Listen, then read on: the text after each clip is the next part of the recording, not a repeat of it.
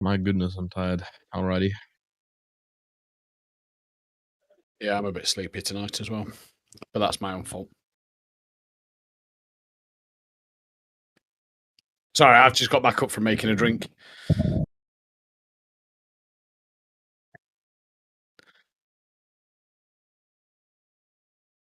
No, I'm ready to go. I just, like I said, just making a drink. Dude, I was just downstairs coming up.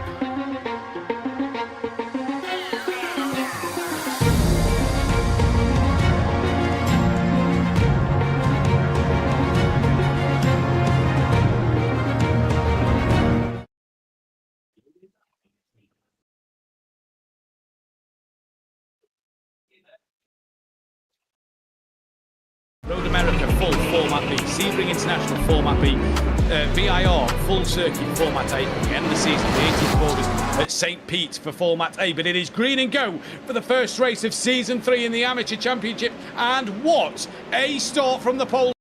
Evan Davis already getting away nice and clean. Ahmed as well as just into the gravel and a spinner there. No, just a message. Vigard Henriksen, who is tumbling down the standings at the moment.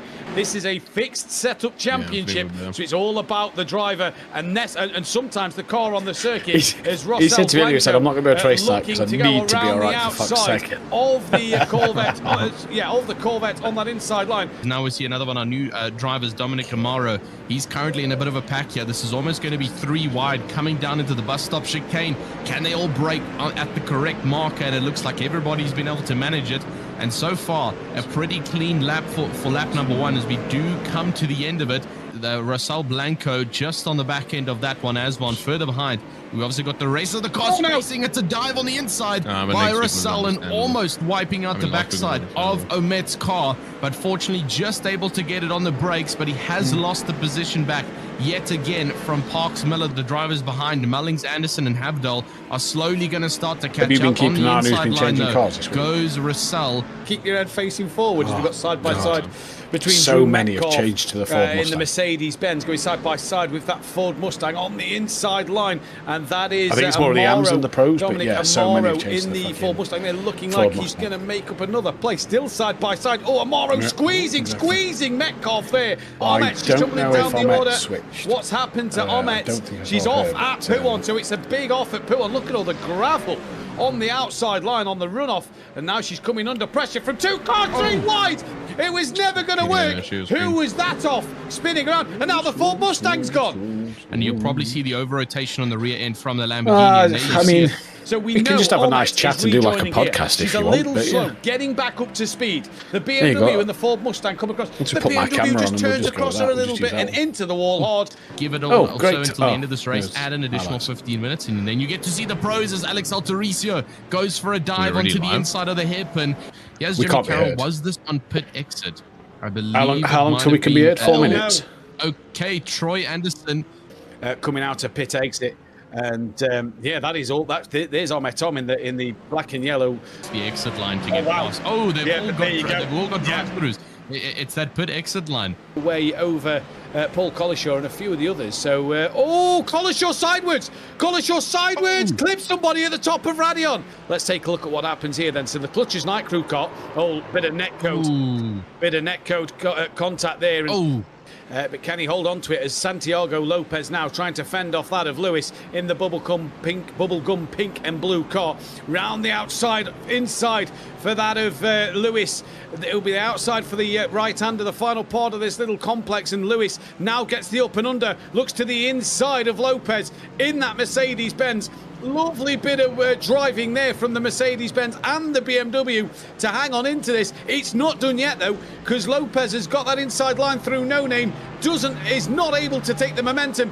As Schoppler here going side by side. This will be braving towards El Rouge and Radion side by side. This is brilliantly done at the moment. A little bit of track limits maybe from the pair. Stay side by side. Great done. There's the bit of contact. They're still together though, and Schoppler gets through now. But Evan Davis wins the first race of the season. Alex Russell Blanco in second place. And to round out the podium, Caden Parks Miller. You've got a feeling that it could be a repeater last season between Russell Blanco and Parks Miller with the addition of Evan Davis. A lot has happened here between the mid-pack, and Altaricio's lost out. Now around the outside, Dan Gorbatenko into the bus stop chicane. This is going to be a move just before the flag, but it's not going to be enough. It's going to be wheel to wheel. Who's going to take it? Coming down to the line, and Gorbatenko just gets it. Yeah, he definitely saved a couple seconds on the fuel, and I wonder if he kept the same set of tires, because I took new tires and I lost about 3 seconds on that outlap. So I'm glad I was able to get past him on the exit and hold on to it. But let's see what Marley Joff can do in this dominated Ford Mustang field as they exit the final corner. They have to stick to a certain delta till the lights go green. Looks pretty even as they come towards the line, and Marley Joff pulls the hammer now and once again has absolutely nailed this start. So similar to the AM series, Marley Joff gets away really, really well, and he's going to lead down in towards the source for the first time. It looked like they was about to go 3 wide, and in the background everybody comes filtering through the field, and Marley Joff though has got the start he needed in this race. Ivanov, his man, under pressure as side by side here Johnson and Holzband going at it up through Eau Rouge. They go in towards Radian. Elon Johnson Closer as they go, but Have we got another like docu-series thing for in between tonight?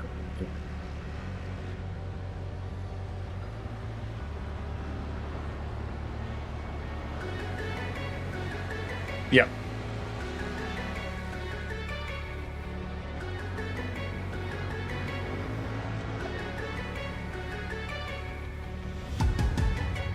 Road America full format B. Sebring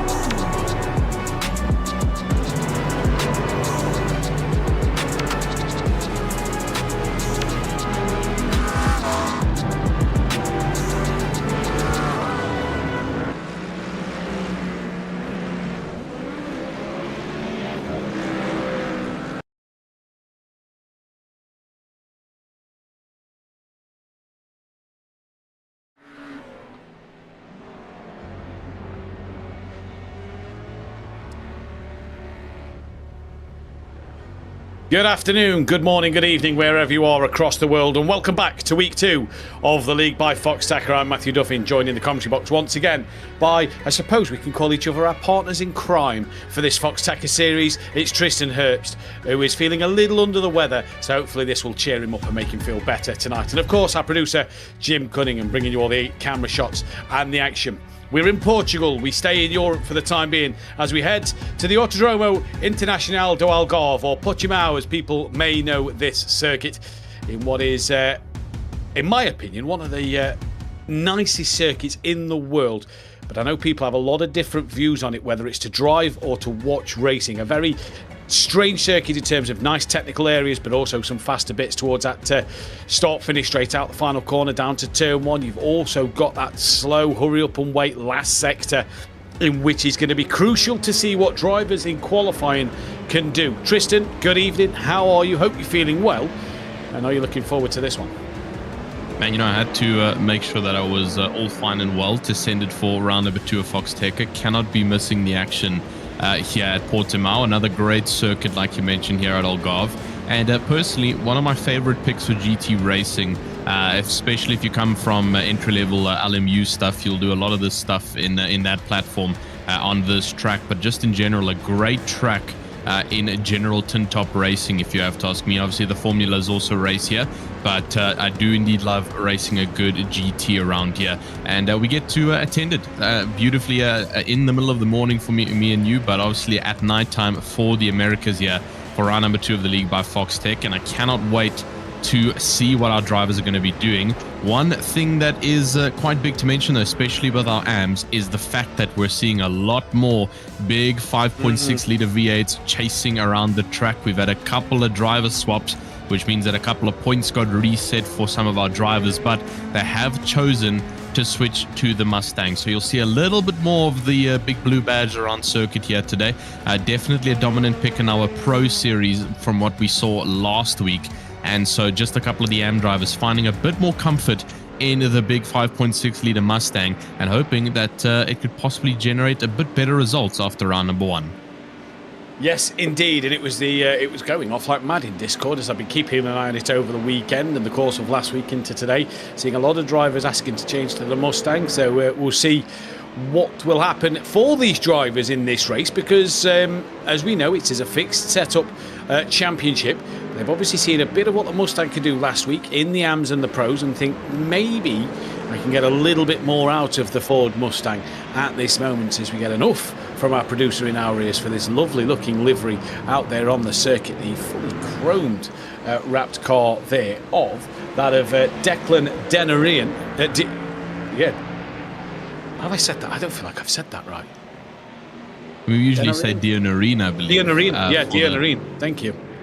Exactly, yeah, but I mean, that definitely came from the Dionarine workshop. You can see it blending nicely with what we saw last year around for Mayor Dionarine. And now Declan coming in to represent the AM class, and I'm sure that we'll see a different livery on Mayor's car later on in the evening for our Pro class race. I believe we do have points still coming up for you. That's going to be from round number 1's results. It was a very action-packed race up and down the grid for both of our heats. Talking about the AM class, though, obviously Evan Davis took that by storm, 100 points directly to his name. Alex Russell Blanco just a bit further behind. He took second last week.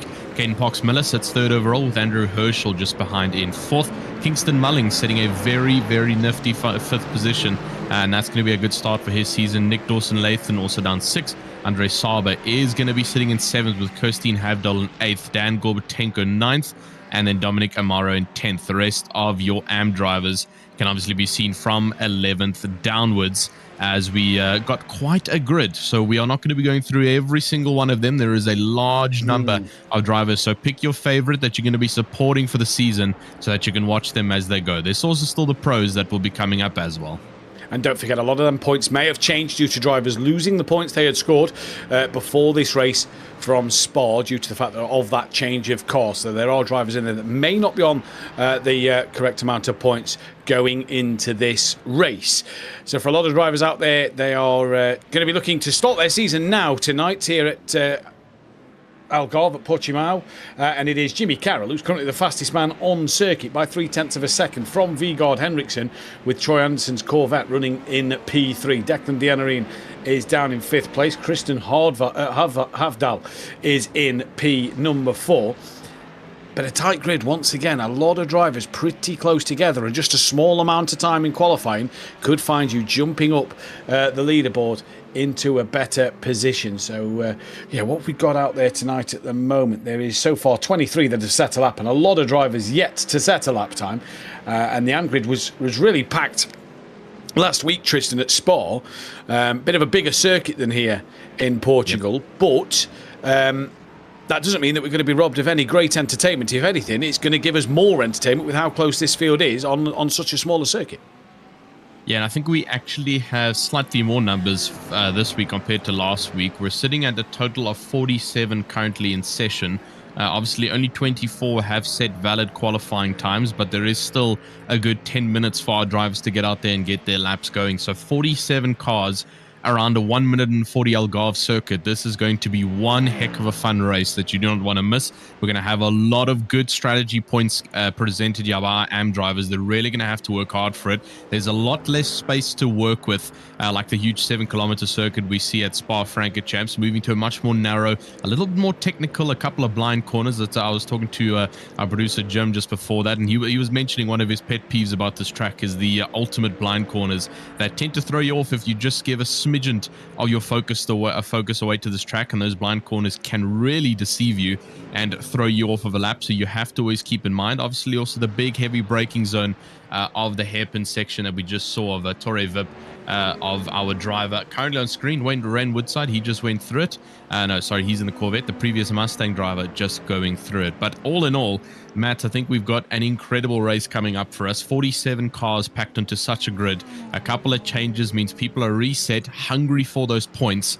I think we're going to have a lot of people fighting for the back, trying to claim some dominance. Yeah, I think we are indeed. Ramsey Jimenez has just moved his way up from the mid-teens all the way up to P4. So a good lap there for Ramsey Jimenez. Jimmy Carroll up in P5 as well. And Caden Parks-Miller up on that provisional pole position time at the moment. We're currently watching Peyton May down in 20th place as Alex Altoricio has just moved now up into 4th place. We're down in the 20s as well. So just goes to show a little bit of time here and there can make a big, big difference. Now, qualifying is 15 minutes. I thought it was 10. So, okay, we've got the extra 5 minutes here for qualifying to see what the drivers can do out there. As Evan Davis now moves his way back up to the top of the timing tower. But look at that from Caden Parks-Miller. 0.03 of a second slower than that of Evan Davis. So the track just feels like it's improving a little bit at the moment because a lot of lap times coming in are improving as we see Havdal now move up into P4 as well. Yeah, the track evolution is going to be quite a tedious curve through this qualifying session. So we'll see maybe even a faster lap coming in there from Evan Davis. We do have Mayor Dianarine in our virtual grandstand saying that is indeed his livery, and he's just got Declan rocking it. So it's the same livery he'll be rocking later on tonight in the pro race. So like brother, they're striking it out on track, making sure that they are known for their dominating livery presence. And I got to say to you guys from the Dianarine team, it definitely is working. So keep up the good liveries, keep up the track-specific liveries. We got to love those on the League by Foxxtecca.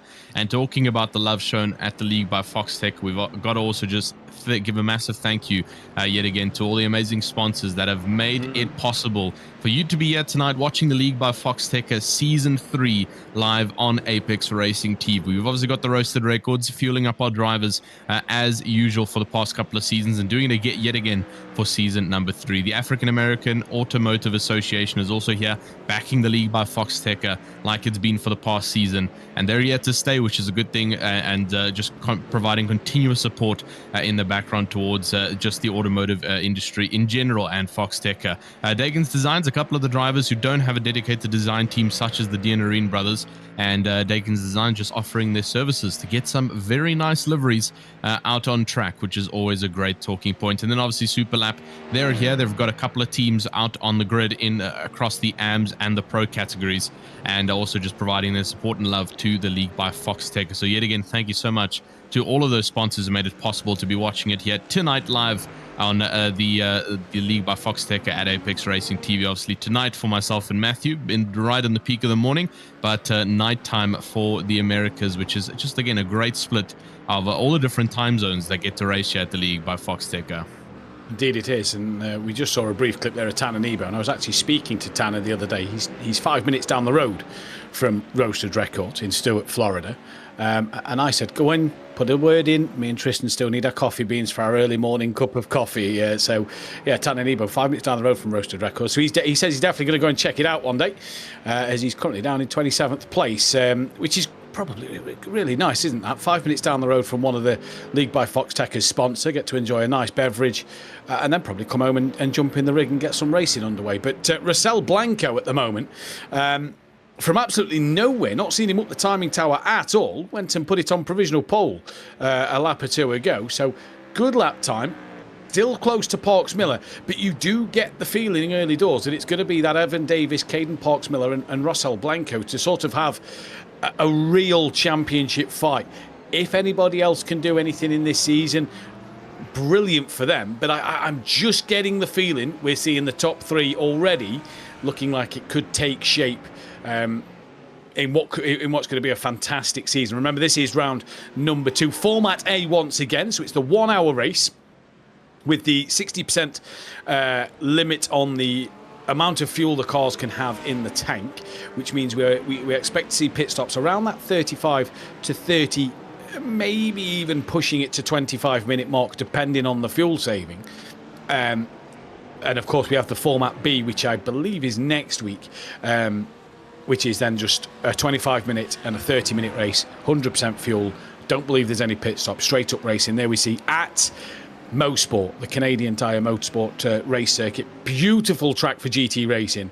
That is going to be an interesting one, to say the least. Interlagos is round 4, with Road America round 5, Sebring round number 6, VIR round 7, and we end at what I believe is a relatively new circuit for iRacing in terms of what we've just been given, St. Petersburg.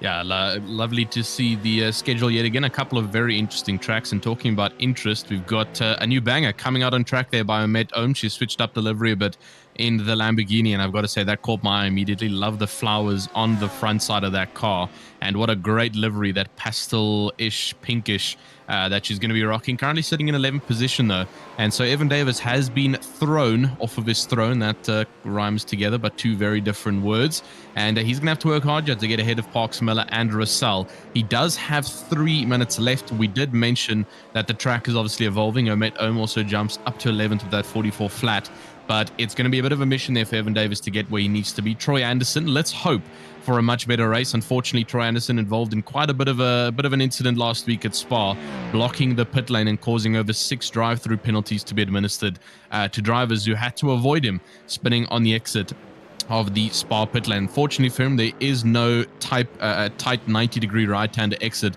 of the pit lane here at Algarve. It's a nice seamless integration onto the end of the main straight, so we should be all good on that front. Maybe a car touching the white line and getting a penalty here or there if they really push it, but we won't have any form of massive spinning out issues that we experience. Declan Design also gets himself currently 12th. He's just behind Omet by just about 11/100ths of a second. A bit further is also Rain Woodside, also in a bit of a fight with somebody in qualifying. You can see that the drivers are so ready for the action that they're doing it in qualifying as well. So currently fighting with one of the Mustangs. There's a lot of them out on grid, but another one of the yellow and black Mustangs currently trying to set those lap times. And yeah, a little bit of a weird action going on over here during qualifying. They're trying to set lap times, but at the same time fighting each other for track position with only 1 minute left of qualifying and also an immediate cutoff at the 15-minute mark. It's a little bit odd to see them fighting it out on track. One thing to mention as well, you spoke about the pit lane exit there just a moment ago. Pit entry and exit here, very interesting to see, because pit entry, you kind of almost have to come across the circuit to get into the pit lane. And pit exit almost brings you out onto the apex of turn 1 by the white line. So really going to be interesting to see what happens when the round of pit stops do take shape. And obviously the way this circuit is laid out, it's almost a 90-degree right-hander into turn 1 that then is followed quickly by 2 into the sharp hairpin of turn 3. So as Parks Miller pulls it into the pits, as does Evan Davis, can't go any faster. Troy Anderson and that of Vigard Henriksen are still out there on the circuit at the moment, and I believe Vigard will be able to get this lap in 25 seconds, so it'll be a push. I think he might just be able to squeeze this one across the line, so if he is up, he'll want to certainly finish this one. Yeah, absolutely so. And let's see if he can get something out of this. As we mentioned, obviously just trying to get and just scrape those final portions of lap time. And I mean, talking about just up in front, it's a difference of about a 1/10. So very possible, yeah, for Hendrickson to improve. But it looks like he's going to come across the checkered flag line. And there we see the hard cut. And unfortunately, no improvement from his side. That is indeed your qualifying done and dusted for the AM class. And we'll head into that pinnacle 1 hour long Format A racing. But taking a look at your standings here for for qualifying, which will obviously position our drivers out on grid, standard maneuver, no change up with like Format B has, directly onto the grid as we see them from the qualifying sessions. Kristen Montgomery is also here this week, which is lovely to see. So lovely to see our grid definitely filling up. Alex Russell Blanco up on P1 spots for the Vexter Racing team, followed by Caden Parks Miller, who manages to squeeze onto the front row. Evan Davis pushed down to third with Troy Anderson just holding on to in fourth with the Wild Ride Motorsports team. Vigard Hendrickson, just no improvement at the end. He sits fifth with Karstien Habdal just a bit further behind in sixth. Peyton May gets an incredible jump up to 7th for one of our new drivers with Kingston Mullings just a bit further behind in 8th. Jimmy Carroll goes 9th with Dominic Amaro currently sitting 10th. It's Ramsey Jimenez in 11th and Omet Ohm who currently sits 12th. Indeed it is. P13 for Declan Design with Alex Altoricio in 14th place. Andrew Herschel P15 from Chad Baker in 16th. Joe Coleman P17 from Andre Saba. Tristan Vincent P19 from Bartosz. I'm just going to bring this up because we have got a pronunciation thing. Bartosz Bashinsky, I believe I've got that right. I'm not 100% sure. Kamari Odom is then 21st, on Anton Schopler 22nd, Archie Woods 23rd, with Gorbatenko down in 24th. Continuing on for our insanely long grid, it is going to be from 25th downwards. Nicholas Larasso, he currently sits there. And we've got 26 of Manisueshe Manoto with Owen Borgwin down 27th. Lewis Holloway, 28th with Adam Santiago Lopez down 29th. Shelton Lewis will start 30th. And Caden Coolidge in 31st. Oliver Sigfusson down 32nd with Drew Metcalf 33rd. Tannen Ebone 34th with Ken Majori starting a bit further behind in 35th. And Alan Ware in 36th position. 37th for Samuel Patty with Rain Woodside down in 38th. Landon Batson, the 8-year-old, 39th place for him from Jeremy Alvarado in 40th. Julian Rice, is in P41 with Alexis Barrington in 42nd. 43rd for John Smallwood with Kristen Montgomery in 44th. Nick Dawson-Lathan is P45. Randy Olivo, 46th. And rounding out the back of the grid, Colin Flynn in 47th place. Now I'm just going to take a look at our timing screens.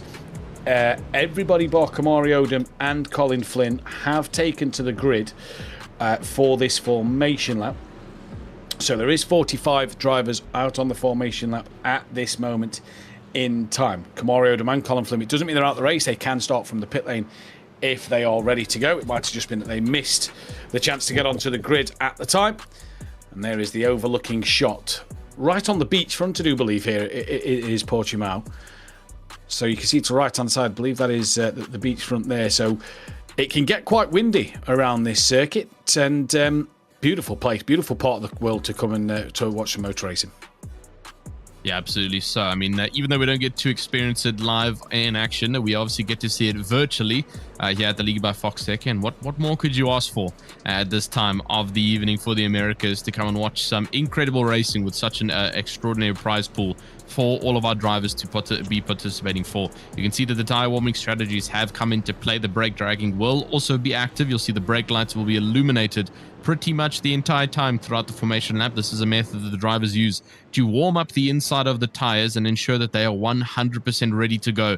Coming down to that iconic initial turning hairpin of turn number 1, which can get quite dicey and quite close, especially if people start to fight coming up towards the line. All of our drivers, we've got, I believe it's a full formation lap we've got over here. It's going on for quite an extended portion of time. Obviously, I met Ohm, we see there just a bit further down, sitting in 10th position. The rest of the drivers all busy scallying through the track now, just waiting for the formation lap to be done with. We are slowly approaching the end of it as we head into the downwards dipper up towards the top left. So we've got just about 3 corners left to go before we head into the embankment, heading up towards the checkered flag.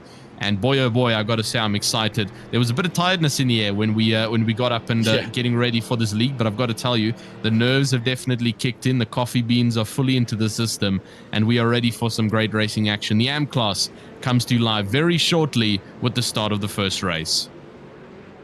And what a crucial start it is going to be here in Portugal. It's absolutely vital that drivers get away well, because that opening section of the lap until you come up the hill through turn 4, it's going to be a lot of chopping and changing for places, but down the hill they go through the final corner. They'll rise back uphill as the safety car will pull into the pit lane. What a gorgeous looking grid of cars out there. Predominantly Mustangs, but there is a few Mercedes, Porsches, Lamborghinis, BMWs. I believe there's an Acura as well for good measure, maybe even a Corvette or 2. But when does Russell decide to drop the accelerator? He has gone now, and we are green here in Portimao for week number 2 of the League by Foxxtecca. It's a good start from Russell. You see a lot of jostling from positions in the background as they drop down in towards turn number 1. The Corvette looking to make a move up the inside, and we've already got some movers and shakers, but Russell straight away out front, doing the job he needed to do, down towards turn number 3. Great to see everybody coming through the opening few corners. Everybody looks pretty unscathed as well. So what a great opening start to the race, especially for Russell Blanco there.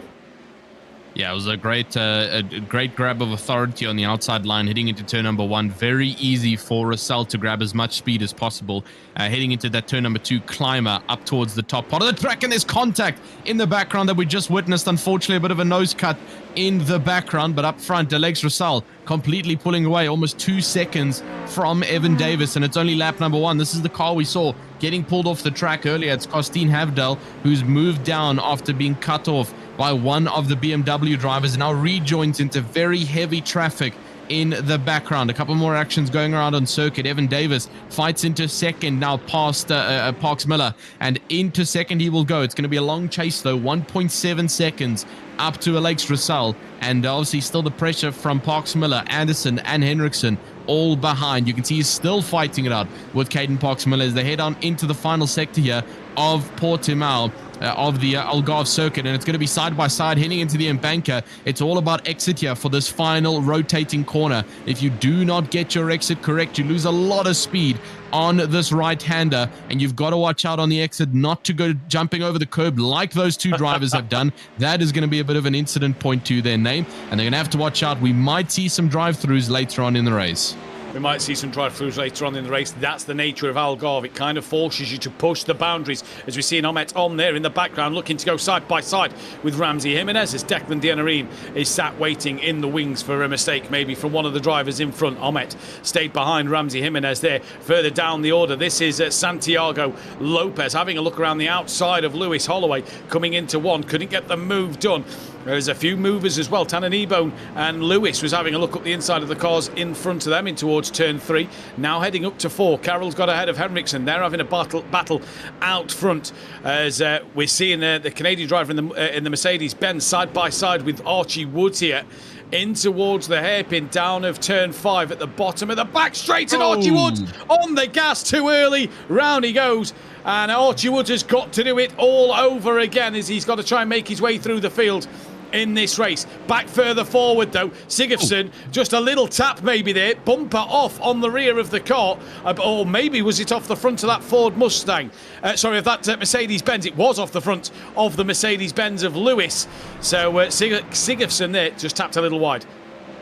Oh, and even more, Chad Barker just going off on the exit at the top of the hill. This track is really starting to become cruciating, and there's another tap from the same bubblegum Mercedes in the walls here. Unfortunately, there the bumper's actually been removed. So previously the bumper was still on. I believe we do actually have damage on the back of that BMW. Actually not. I'm waiting to see some kind of bumper. I believe the first was a bit of net code, but now it's confirmed it for Shelton Lewis. That bumper is dead off of that Mercedes. He'd be hoping it would stick on, but unfortunately not in the circumstance, and he's going to have to nurse that one back with the slight drop of downforce on the front side of the car. Barker's obviously dropped off. He's now sitting behind Tanner Kneebone, trying to work his way back up, but that green Porsche is going to have to work hard. Very striking green that we get to see against the rest of our grid. A nice jump on the in-time from Anton Schloppler. That's into turn number 1, and he's made it work very nicely on the inside of Baczynski. Heading into turn number 2, there's a dive on the background there of the red Mustang. That's coming in from Larusso, and he's going to be side by side there with Vincent, but it's going to be too wide heading onto the top of the hill,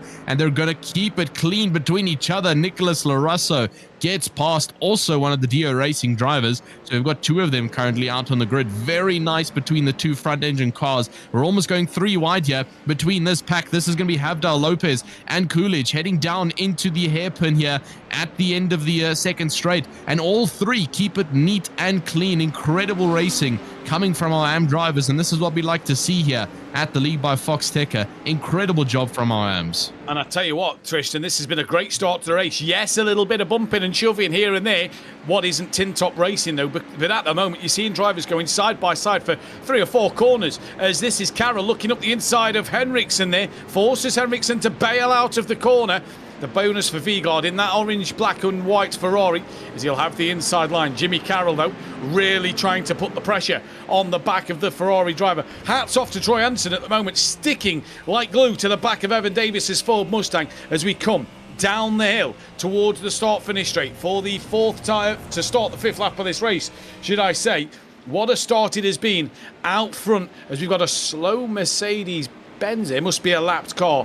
there. Oh, as this car's coming across the line, but Jimmy Carroll looking to attack on the back of Henriksen once again. Looks for the up and under in towards turn 2. Doesn't have the momentum. Might think of a lunge into 3. Henriksen covers that one off.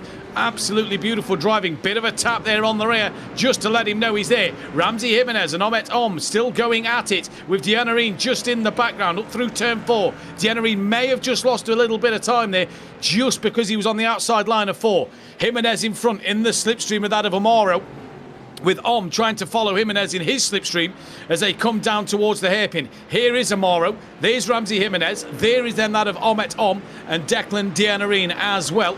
And at the moment, a good little four-way fight. This is all for P8 as well, nearly on the back of Kingston Mullins for P7. Yeah, it's a great little mid-sector fight that we've got over here, and hopefully it's going to extend to even more cars as we're seeing more and more of them are joining in onto the train. You can see just in the background there that Peyton May in 12th position, just about 1.4 off of this pack. And hopefully they'll also join in on the fight. Nicholas Larassa a little bit further down. He's currently in 18th. He's got Baczynski on the backside and Shopler just up in front. That he's going to want to be fighting for. Late lunge on the inside there from Larasso. But I think he's made it work. And what a deep lunge. That is indeed turned successful. Great move from Larasso to claim the track in the Ford Mustang late on the brakes. And just knowing the corner architecture here at Algarve and just making the dive on the inside of the BMW, the Mustang, showing the superiority of being the better front engine vehicle at this current point in time. We'll get a bit of a replay just to get it, and you can see how far this lunge really was. The corner does break very wide, and so I think Nicholas Larasso saw the BMW driver taking a much wider line, holds the inside, and just an incredible occupation of space there from Larasso, claiming it, and the BMW can do absolutely nothing to defend it. He's there legitimately and gets up one place. Incredible work from some of our drivers. Omet Om currently leading that pack alongside Jimenez. This is heading back up onto the main straight. Let's hope that all 4 of them can keep it nice and clean and that train can further extend throughout the rest of the race. Well, the last time we saw this, Jimenez, Om and Dianarine was all behind the Ford Mustang of Amaro. So Ramsey Jimenez and Omet Om have both got ahead of that of Amaro. Dianarine looking around the outside. Now you've got Om and Ramsey Jimenez as Ramsey Jimenez just tries to squeeze Om off the circuit a little bit there. Omet is now going to have the inside line for the double left-hander coming up. Ramsey loses out to the Lamborghini as Omet goes a little deep. That's going to allow Ramsey to tuck back underneath now as we come up and over the hill, the roller coaster section of the circuit, as Ramsey Jimenez on that outside line of Omet Om. Can we see another brilliant move into the left-hander? Omet just squeezing Ramsey a little bit there. Tit for tat between the two at the moment, but the gloves are off. Dianarine's been around by May in the background, so Declan Dianarine tumbles down a couple of places, and it is Ford Mustangs just absolutely flooding past Declan Dianarine, and I believe that is Sauber who's got past Old Toriso as well. So battles no matter where you look in the first 8.5 minutes of this race. Yeah, just a little bit too much torque delivery coming in from the Ford Mustang. A lot of power on the exits, and just not controlling it enough is going to cause that spin. Declan Dianarine, just a bit of a control issue as Munishueshe is backwards in the middle of the track, and he's going to have to try and get it spun around. So is the Corvette driver there, or the McLaren, I believe, of Olivo, who's currently trying to recover himself. That is a very unfortunate into it. It's not Olivo. It's one of the Ferrari drivers, I believe, might have been Havdal, just a bit further behind. It is indeed of Karsten Havdal involved with Minotto there, so we'll have to get a replay to see what on earth happened between the Ferrari and the BMW driver, but they've both lost significant amounts of track dominance and move all the way down. Minotto's down 40th and Havdal all the way down 36th position. So this is it. Havdal takes a little bit too much on the inside. The Porsche does a great job of avoiding, and both of them currently sit dormant, trying to find a way to get off of the track. Currently, you can see face to face, a bit of a Lightning McQueen moment there, but they've managed to find their grips and get the cars turned back around. Karsten Havdal a bit faster on the recovery compared to Minotto, but regardless, both of them dropping substantially lower on the grid. The fighting doesn't stop though. Shopler is receiving the pressure from Baczynski, Gorbatensko, and Vincent just a little bit further behind. It's a battle of the BMWs as you've got one long BMW train here coming in for the battle for 16th position, the battle for 17th, apologies. Who is going to hold it though, as Shopler has got immense pressure from the drivers behind, and they're all the exact same machinery in a fixed setup. It all comes down to driving style and just how aggressive you can be at the circuit. nice to see a line of something else other than a Ford Mustang at times, isn't it? As, we're seeing, like you say, 1, 2, 3, 4, 5 BMWs with a Mercedes-Benz just crawling onto the back there of the Canadian driver of Borgwyn in the background. So great little fight here. What I liked about them rejoins as well, from the two drivers who'd span a moment ago, they sat and waited patiently. You could not ask for much more from the drivers who was around, just to sit and wait nice and patiently. And how beautiful is that Acura? Let's be honest, that's a beautiful piece of machinery. Struggling though here at Algarve at the moment, because it's side by side with Majori, Corvette versus Acura, coming down the start-finish straight in towards turn 1. The Acura of Dawson Lathan on the outside line, looking to swoop around the outside of the Corvette, stay side by side. Little bit wide from the Acura. They may have picked up just an off track. It's going to try and switch underneath into turn 3. Late braking from the Acura once again. Maybe a bit of contact. Nothing major though. They both keep going. Sweeping round the left-hander. Coming up the hill. And what a move from the Acura around the outside. Did well to keep that pinned and to keep that going. Yeah, absolutely incredible. I think we've got to try and play a bit of a prediction game here, as we do see Alex Russell up in front. He's lost that stride that he had. The 1.7 second gap has come down to 5/10. But I think we've got to play a bit of a game here, Matthew, because I'm seeing a lot of track limit extensions based on when we will see the first drive-through. I know it's inevitable, and I'm not trying to call on commentators' curse, because I think regardless, it's going to happen in this race with the amount of cars that are facing off track. So I'm going to guess the 22nd minute marker is where we're going to see the first drive-through penalty being administered. So let's see. That's about double the time. And I feel like it is early, but I'm just seeing so many off tracks as we see another one from Caden Parks-Miller. Just so many drivers overusing the track limit extension here, and eventually it's going to come back to bite the drivers in the backside. I think I also need to send a message maybe to Omet home and ask her, please take a points reset and switch to the Audi so that I can gloat like Matthew and have my own car on the grid. Because currently I've got no power right now, man. Come on. You had it for a few races last season. There was an Audi. You had it before they changed cars. So, you know, maybe I'll have to message her and just see if she will change car. But great to see Herschel side by side here with May. That's with Amaro. May's the blue Mustang behind. Deanarine trying to gain on the back. Now Amaro here has lost touch to Ramsey Jimenez and Ahmet Ohm in 8th and 9th place. So Amaro really coming under pressure and just struggling a little bit. Here is one of the Superlap phase Golden Falcons, who's going down the having to defend that inside line. Doesn't do it successfully. May gets up the inside, and again just a few more off tracks here. I'm going to say 30 minutes. I think just around the pit stop time, I think we're going to start to see a few track limits. You've gone 26, I'll go for 30. We'll wait to see if Jim decides to chuck in a minute as well for track limits here. But he said you went early there. The viewers obviously can't hear Jim. Jim's going 34. You said 32. Oh, I thought you said 30. 22. Oh, 22. Oh, sorry. 22. Oh, that is early. Yeah, I'm not surprised. Deanarine then sat watching this fight, and that's May and Herschel, who just squeezed each other a little bit. And that is Herschel in the gravel, facing the wrong way, trying to reverse back as to not pull into the racing line and get back onto this circuit as soon as possible, but tumbling down the leaderboard here. And Deanarine just sat and watched that happen, and will not pick up an easier overtake than that all day. Yeah, that's super unfortunate for Andrew Herschel. Just too much over-rotation. I'm not too sure if there was contact there that we saw, or if it was just a bit of a self-inflicted error. We'll see the replay now. So here's Andrew Herschel. He's obviously got the Mustang driver up ahead, and then obviously Deanarine just in the background. He takes the inside swoop here, and I feel like this is going to be over the nose. Indeed, it is just creeping too much. And I'm not going to lie to you, the blue Mustang had absolutely nowhere to go. They were riding on top of the curb, and just a little bit too much fade out coming from Andrew Herschel while there was a car on the outside of the track. And unfortunately, that one is going to be slightly self-inflicted. Not much you can do about that situation. And his punishment's already been given to him by dropping down 29th position on the grid. So it's going to be a hard work back for Andrew Herschel to try and get a little bit more traction out on track as we are heading into the first 15 minutes. The first quarter of this race is going to be done and dusted. Just about another quarter away from our pit stop strategies being done. Vincent gets ahead of Borgwind in the background there. That's the battle for 20th. But up front, it is Alex Russell Blanco who holds it off. Parks-Miller just behind 6/10 with Davis now trying to fight for his throne in 7/10 behind in third position.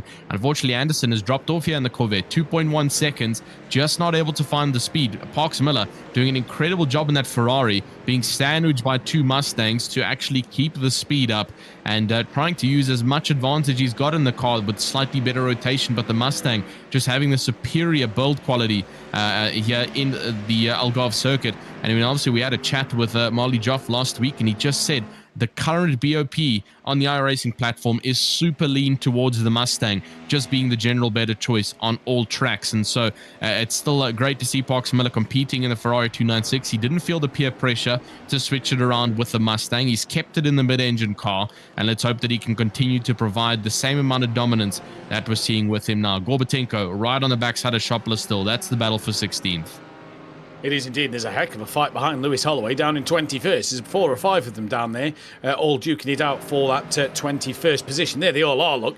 Mustang, Mercedes, Mustang, Porsche, Mustang, Acura, all trying to fight for position. Holloway, Borgowin, Tananebo, Barker, Alteriso, Dawson, Lathan, all in there. As that is... who's that? That's the Mercedes-Benz drive looking up the inside. The Porsche of Barker going up the inside of Alteriso in the background as well. Late brakes. Might even look up the inside of Tan and Ebone as well. The Acura of Dawson Lathan might fancy his chance over Alteriso. Kneebone hangs on over the Porsche. The Porsche gains a place. But where is that of Dawson Lathan just behind? Did he get the momentum? Mustang versus Porsche now, though. Porsche pulls to the inside line. Tanner doesn't cover that one off. The Porsche's going to turn up, misses his brakes, though, into the side of Tanner Kneebone. Left enough space, and the Porsche just ran a little bit deep. That's also cost Tanner the place to Alteriso, and now has put him under pressure from Dawson Lathan. Yeah, lots of switchbacks happening here in this battle for 24th position. Unfortunate fade out there from the Porsche, but the Acura is going to find a gap on the inside line that's been left open by Tanner Ebone. Just not enough to get ahead, but a great lunge on the inside. He's going to have to work harder than that, though. The Mustang having the slightly better speed in every aspect. He's got to work really hard to get ahead of Tanner Ebone. And as you can see, he's found another inside and just trying to combat Tanner Ebone at every section where he's turning differently. And Dawson Lathan now on the outside yet again in the Acura, trying to fight it out into the next corner. He's unfortunately going to be on the outside, but if he can hold it, he's going to be onto the inside, coming onto the back straight. And like I mentioned, your exit onto the straight is of utter importance. And now Tanner Kneebone's forced onto the outside line. His exit is indeed compromised. And what a great defensive move from Dawson Lathan. He moves up not only a position, but also has a much better straight line speed compared to the Mustang's exit. And he's going to potentially try and hold this as much as he can. But there is going to be the pressure, though, of Tanner Kneebone having the better top speed straight. You can see he's already pulled out of the slipstream to not give any further advantage. Tanner Kneebone now side by side. In the background, though, Andrew Herschel is trying to fight his way back up alongside Lopez now. Into the first corner he will go, and he will get ahead with a great lunge on the inside. Borgwin gets himself a yellow flag slowdown. He loses 2 positions because of it. So the slowdowns are indeed coming in because of those track limits. I don't know, guys. I think my bet might come in handy here if we see more and more of these drivers exceeding the track limits. Guys, I know I sound sadistic. I sound very bad. It sounds like I want these drive-thrus to run in, but it's just the reality of Algarve, and from personal experience, it happens a lot quicker than other circuits. Yeah, it really does. It's almost sort of... the track's designed to almost draw you in to push that limits as hard as you can, isn't it? Obviously, with that lack of gravel or you know, to go off the circuit, you just get that... the feeling from drivers, or when you drive this circuit, you could just try and push them limits a little bit more by trying to carry the speed out of the corners. Lopez now, though, down the order as we go back to our race leaders. Rossell Blanco, Parks Miller, Evan Davis, 3 for the lead. They've already cleared Troy Anderson 3.5 seconds, and Parks Miller just getting a little closer now to the race leader, trying to put him under some pressure a little bit more. But Parks Miller again looked like he was off circuit through turn 1 into 2 as they headed towards 3 now.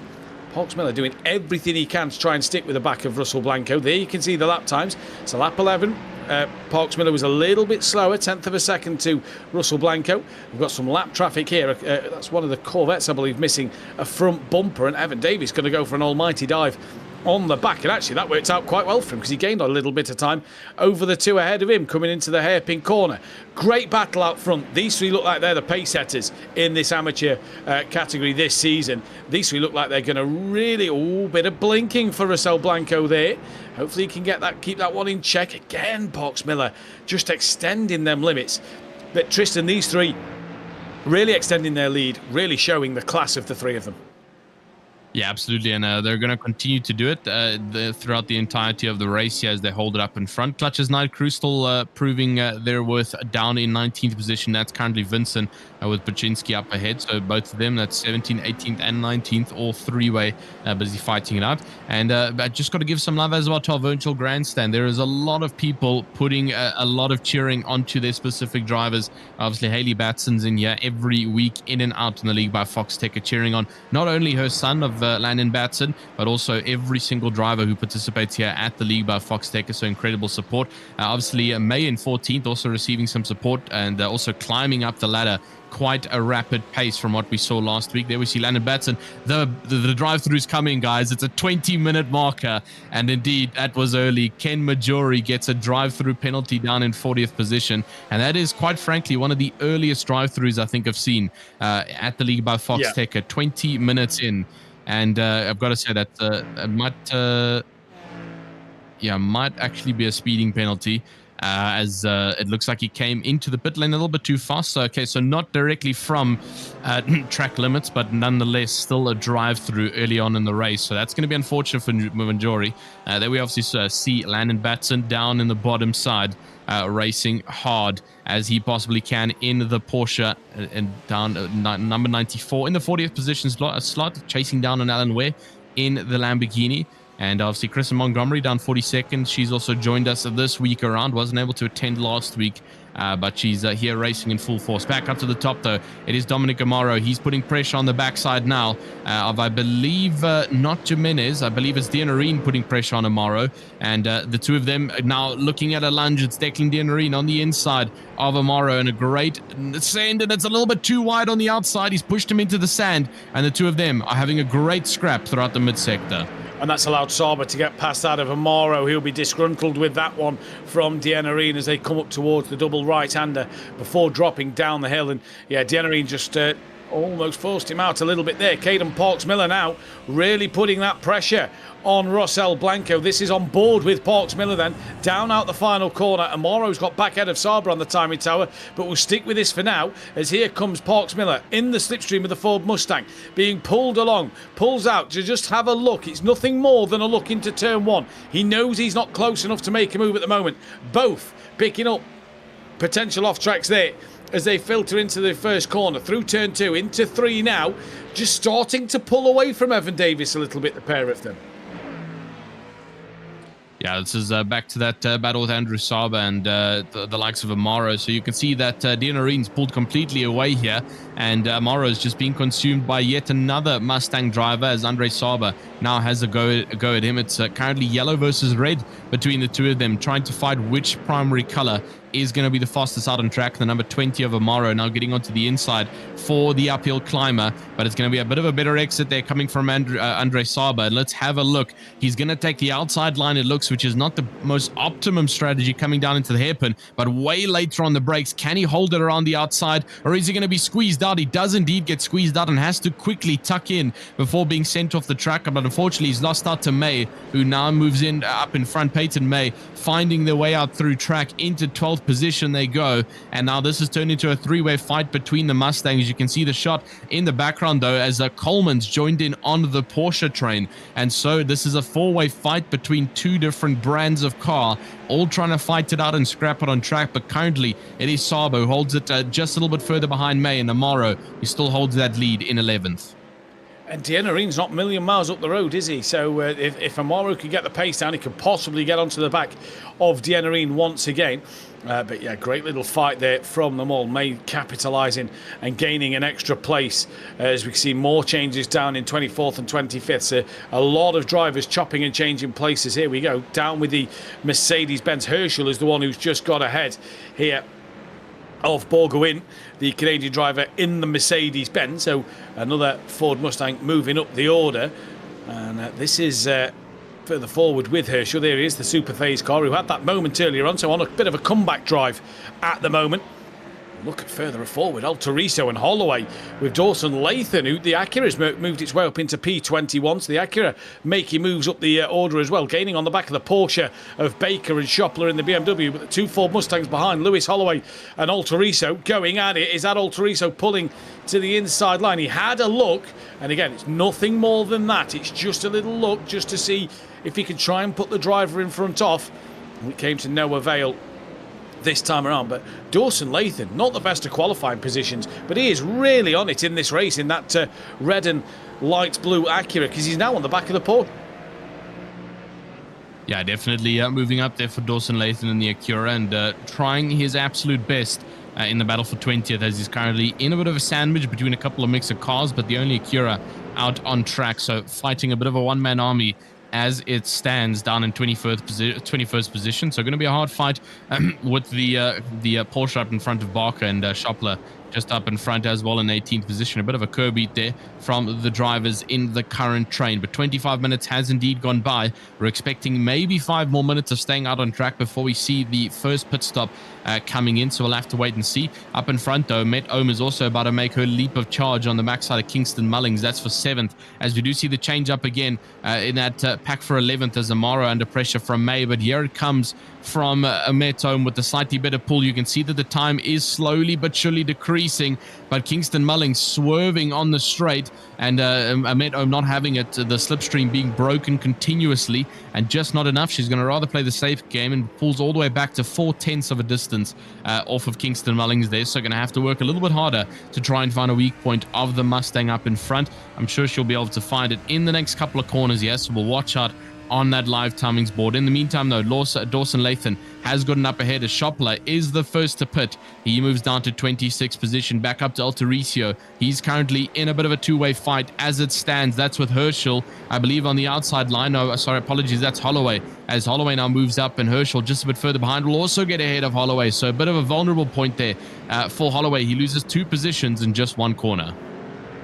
Yeah, and I believe we was told last week that the 35 minutes is what you can do on about a 60% tank. So we're expecting pit stops, like we said, between that 25 and 35 minute mark. So a good early stop to come in, maybe to come out to get some clear track ahead of you as you go through the rest of this race. As we can see the glorious Ford Mustangs trying to just, again, battle it out. Andrew Herschel just trying to stick now to the back of Altoriso. They've both got past Holloway, and they've just pulled away from Holloway a little bit, creeping onto the back of Dawson Lathan and Barker, who are just in front in that Porsche and that Acura.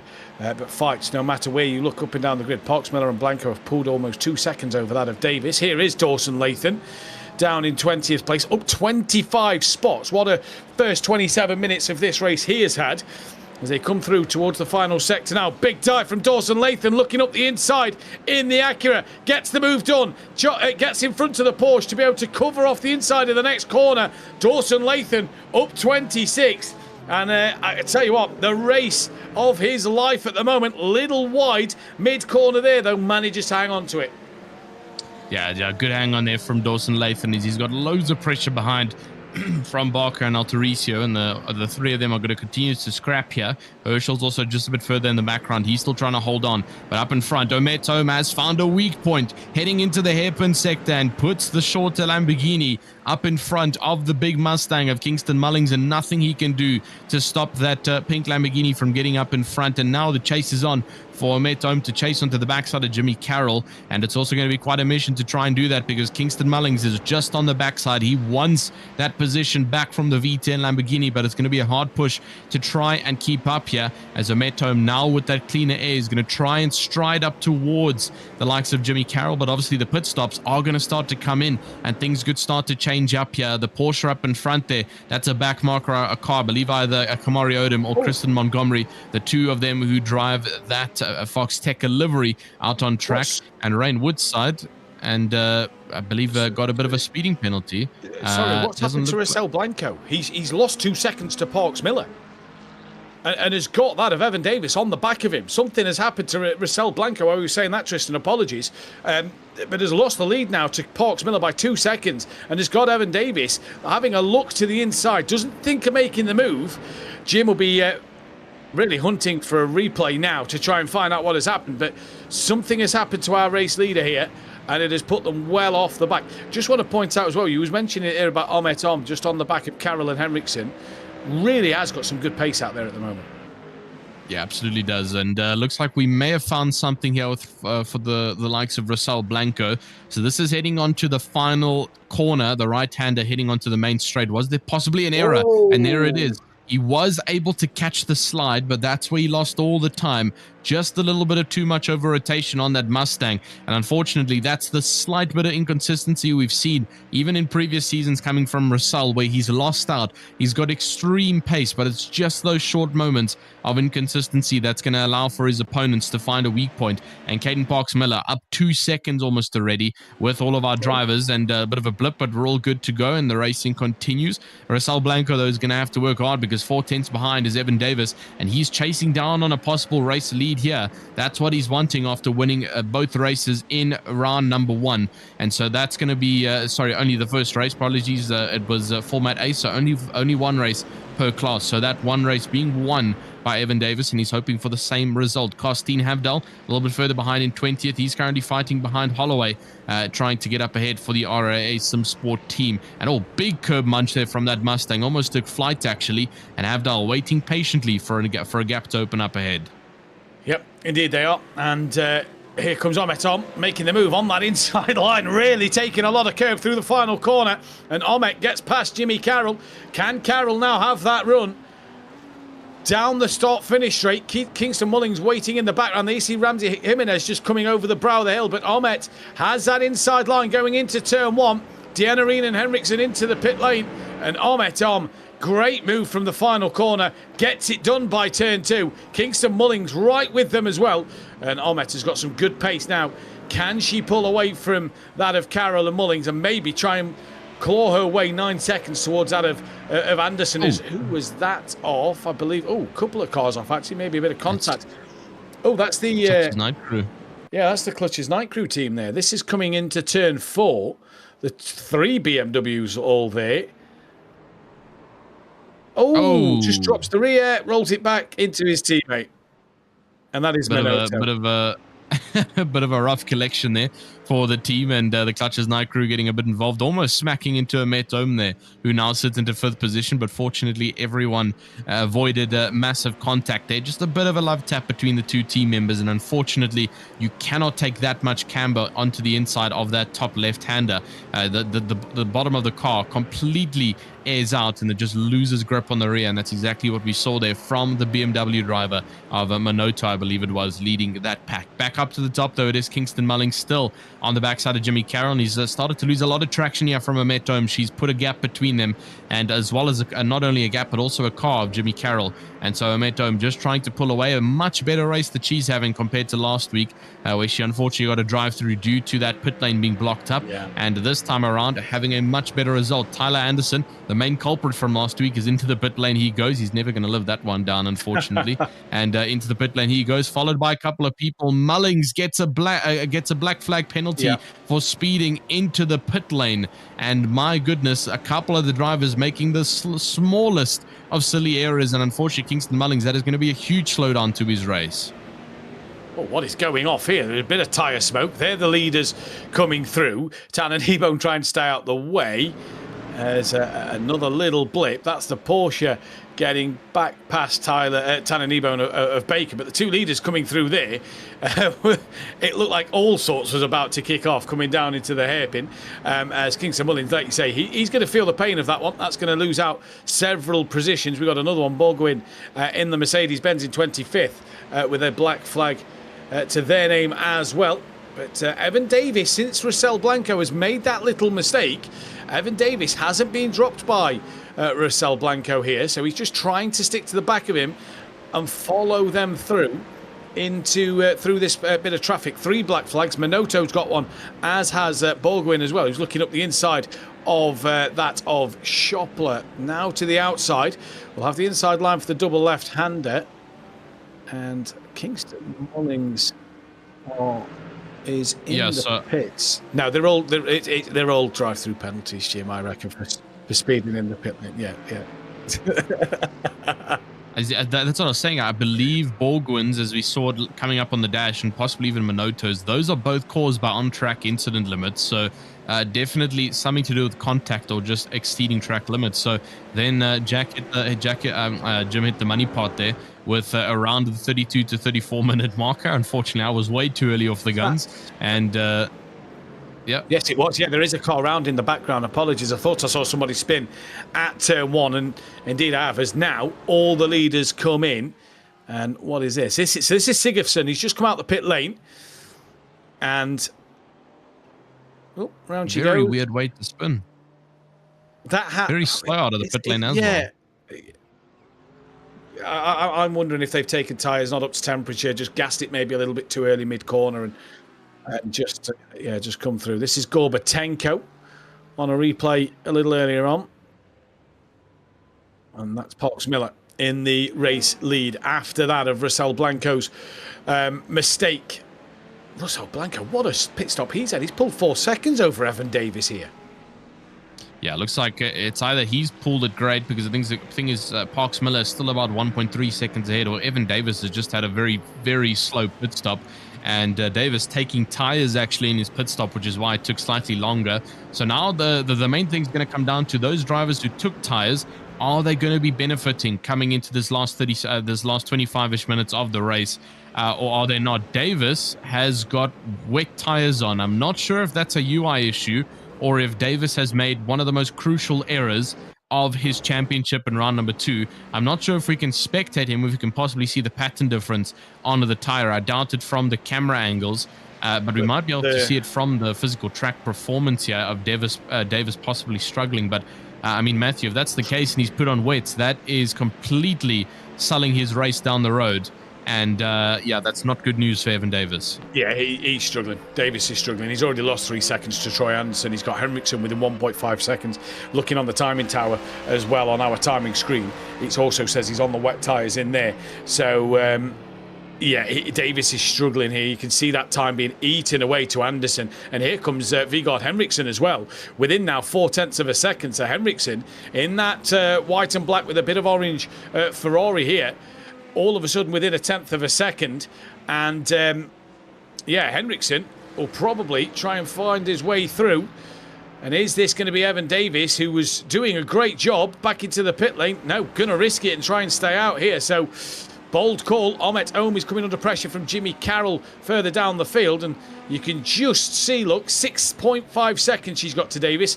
We'll keep our eyes on how that tumbles down. Oh, late call of a defensive move there from Ohm. Carroll to the outside line. Ahmet just within that window of being able to defend. Didn't leave it too late.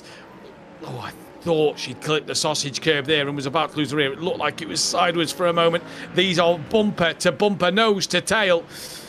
And how that Ford Mustang didn't make contact, I will never know. But look, already through 4 quarters, Ahmet Ohm has gained 2 seconds over Evan Davis.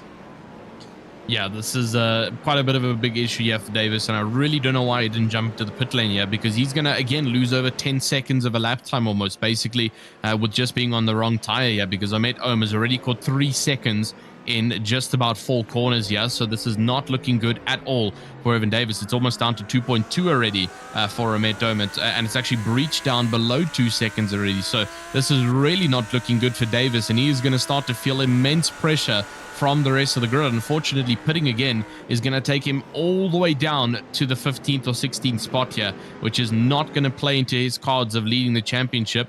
He's going to go from hero to 0 after this race, and unfortunately there is nothing he can do at this point. It's just a bit of a miscalculation, or possibly a bit of a misclick in his pit manager MFD menu, and he's just gone and logged on the wet tires, and there's nothing you can do once those tires have been selected and they're on the car, and he's just having to nurse at home. The question is he going to come into the pit lane? Has he somewhat noticed that he's on the wrong tire? I mean, you can't but not question yourself. Why on earth everyone is so much faster? And there we see him finally coming in. He's realized the error, and unfortunately Davis ruins his run for the top 3.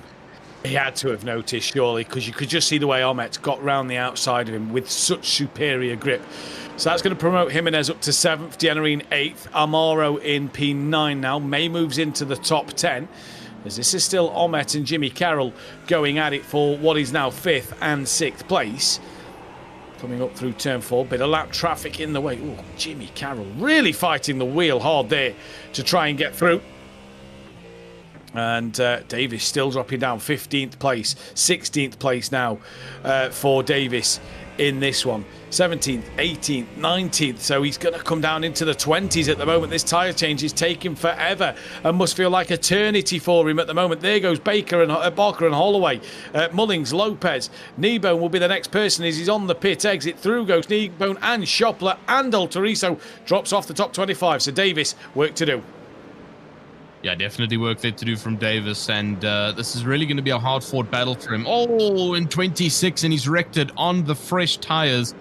Even though that they are the correct compound, it's just still cold tires out on the track here, and Davis is not looking good whatsoever. Those tires are ice cold, and he's trying to push the car from his frustrations to get it back up to where it needs to be, but he's just going to continue to drop it down further as he goes if he pushes this too hard. Down to 27th he moves now, all the way from 3rd position down to 27th.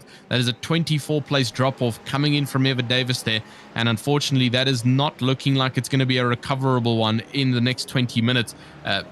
Tristan Vincent, another driver of the Clutches night crew, he's under pressure yet again from Dawson Lathan, the only Acura driver out on track, and Lathan up 28 spots out on circuit as it stands. And I believe that might be our highest position change out on track. Indeed it is. The nearest is Nicholas Larusso. He's currently got 13 positions up. And then obviously it's going to be 11th for Tannen Ebone, who's also worked his way up to 23rd. So lots of changes up and down the grid here, but Nick Dawson Lathan really has worked hard, and someone's off on the left there. That's Andrew Herschel yet again, who's made an error in the Mustang. What has Herschel done on the exit of the embankment? Well, here comes Dawson Lathan then down in towards turn 1. Already got up the inside. He's moved ahead on the timing screens. So another position for that beautiful piece of Japanese machinery. The Acura of Nick Dawson Lathan up 30 places. He's now got 4.8 seconds till he gains onto the back of Gorbatenko. And to say it's an underrated car now on the iRacing platform, it is doing an absolutely fantastic job. 30 places gained. And yeah, what a solid drive at the moment. We've got Saber on the back of LaRusso for 12th and 13th. Vincent on the back still of Dawson Lathan, trying to come back at him for the Clutches Night Crew team. They've got Havdal not a million miles behind them as well, so almost turning into a little three-way fight. But this is LaRusso with that Asaba on the back of him. Yeah, Saber's going to have to work hard, Jay, on the backside of LaRusso. And I mean, these two have been at it already once this race. Saber obviously also on the backside of Amaro a couple of laps ago, but now it's switched around with LaRusso up in front. I wonder if he intentionally drove the car number 67 or if that's his actual race number. If it's his actual race number, that man has been terrorized for the past couple of months, and thankfully the storm is well over for LaRusso.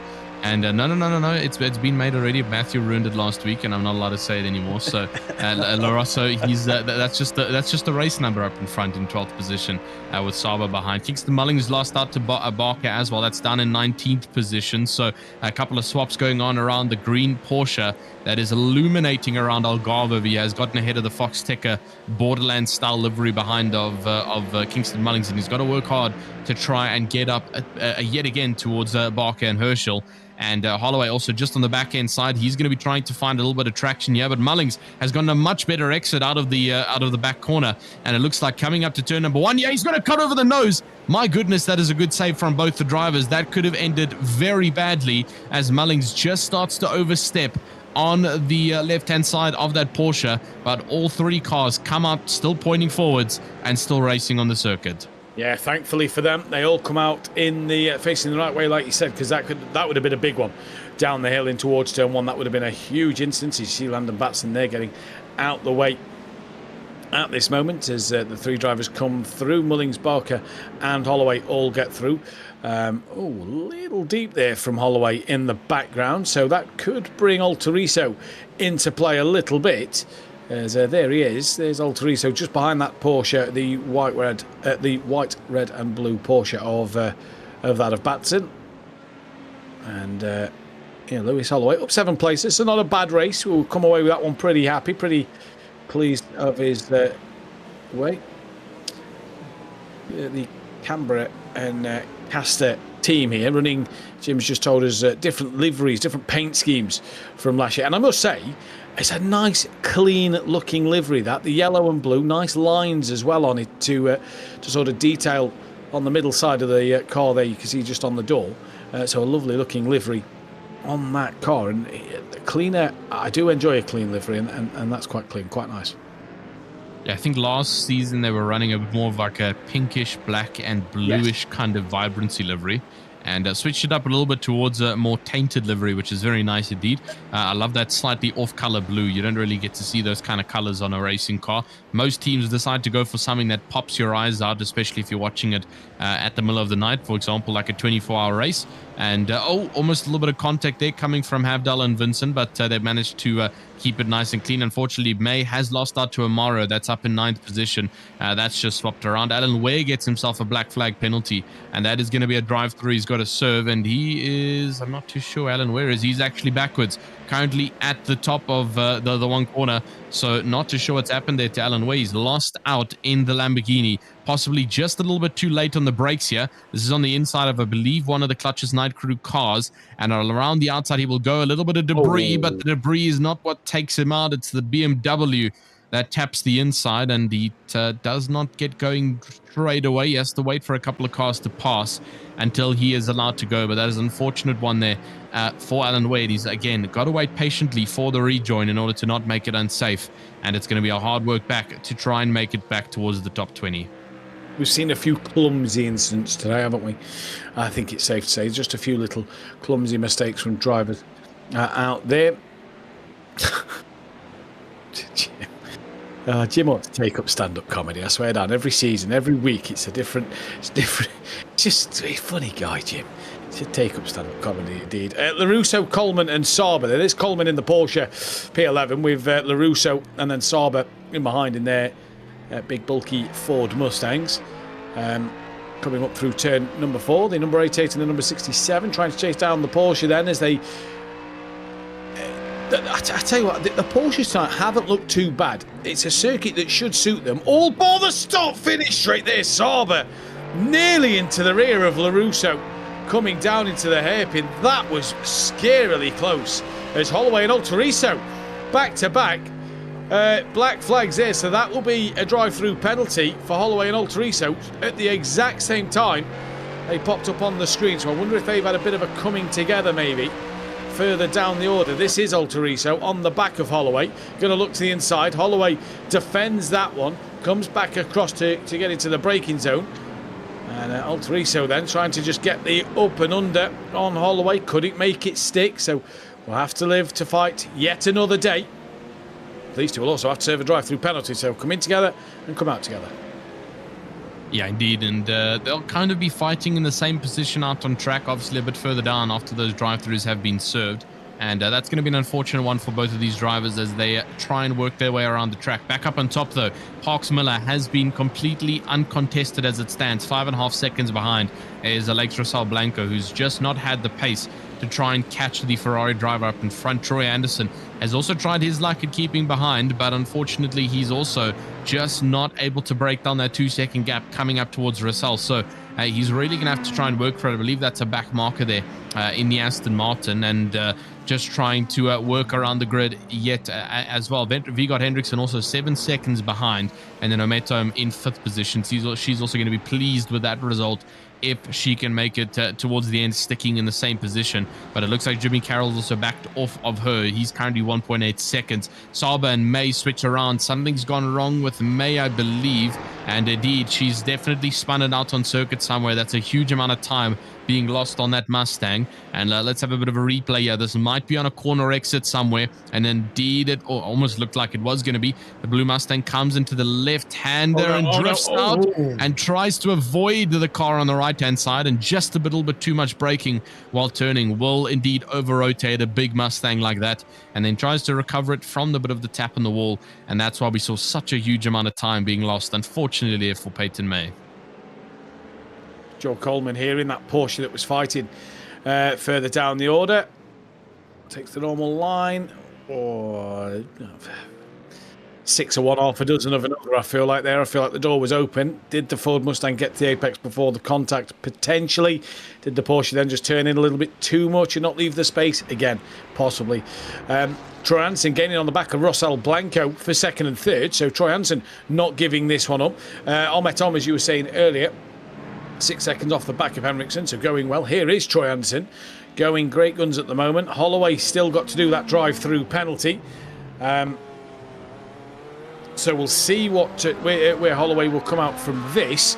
Also, Dawson Lathan has get closed that 5-6 second gap, whatever I think it was, between 5 and 6 seconds if I remember rightly, to that of Gorbatenko, and he's 1.5 seconds off the back. So the Acura driver absolutely flying at the moment. But Troy Anderson in the Corvette against the big mighty Ford Mustang here, trying to put it under some pressure.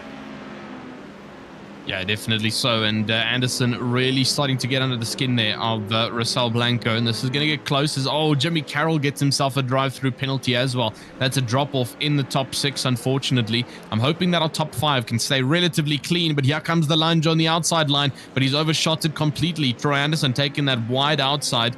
And he's lost a huge amount of time there to Rossell Blanco from taking just too much on the outside. And he's going to have to try and work back towards Rossell Blanco. He's managed to catch up about 3/10 on the rotation there. The Corvette seemingly a little bit better in the second sector compared to the Mustang. But here on the back straight is where the Mustang is going to have their overall advantage that he's going to have to try and play for. But 9 minutes left to go is not a lot of time left. And so if Anderson wants to do something and potentially threaten and shake up the podium spot, he's going to have to do it now, and he's going to have to do it soon, because in the background there is also, that's a back marker. I thought that was Hendrickson closing in, but he's about 7.5 seconds. But you can see Anderson is just finding a lot more pace as it currently stands between Rossell. He's just approaching and getting closer and closer at every single corner entrance. Makes you wonder if Rossell took tyres, because just hasn't got the pace at the moment. Like you say, through the corners, Anderson is being able to just look at that superior grip and traction out the corner there for Anderson. Lopez has got a black flag as well, so a drive-through penalty coming Lopez's way. But Troy Anderson here just has so much more confidence on the brakes, on the accelerator, the grip through the corner. Look at Anderson. We're not seeing tyres being taken by either of them, is what we've just been told by our producer. So just that Corvette maybe looking after its tyres a little bit better than the Ford Mustang. It definitely looks like it's got superior grip out there at the moment. Yeah, definitely so. And let's have a look. And one thing to mention is that Troy Anderson is one of the students of Molly Joff. He's rocking the same livery.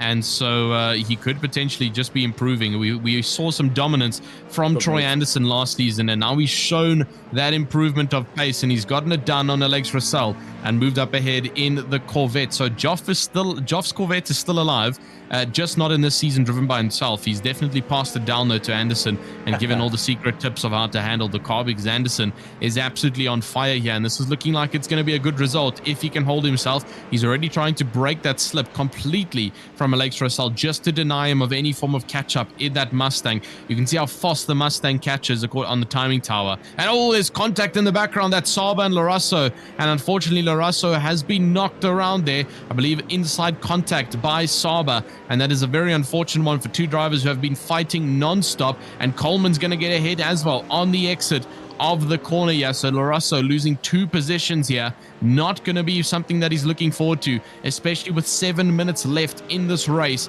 That is not a lot of time to try and recover himself. It's not at all. Evan Davis, by the way, 23rd, coming up the order.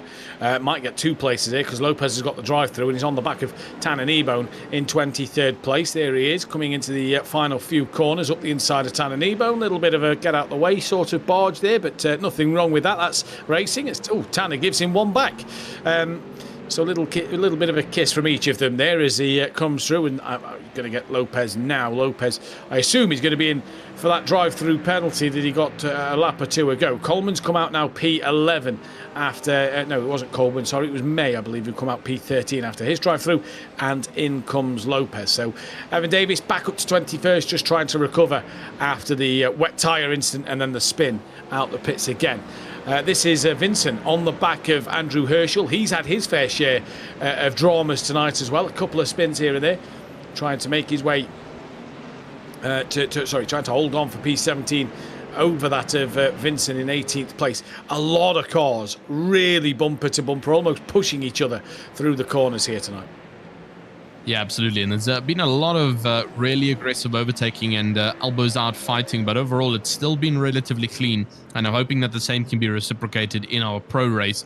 Back up though towards Amaro and Saba, and this is going to be a reattempt here for Saba. He's unfortunately made that bit of a tap with Larosso, so let's hope that if he does dive here, it's going to be slightly more clean than we'd hope for. A little bit of a shaky exit there coming from Dominic Amaro, and that's really going to affect the straight line speed of that Mustang heading up towards the checkered flag line. And with the slipstream advantage as well added from Saba, this is looking like a good potential opportunity. Coming up towards the line, you can see the swerving has already been activated by the number 20 car here, but Saba is catching and catching and catching and almost looking up the inside. He's a lot later on the brakes and almost goes right square into the back there of Amaro. He's got to watch out though. As the chasing car, you have to follow and obey in certain situations. You can't just dive and hope for the best. And right now, Saba just doing everything he can to both keep within the same distance and try and make an overtake within the next couple of corners into the hairpin. Can Saba potentially do something, or is he going to stay behind?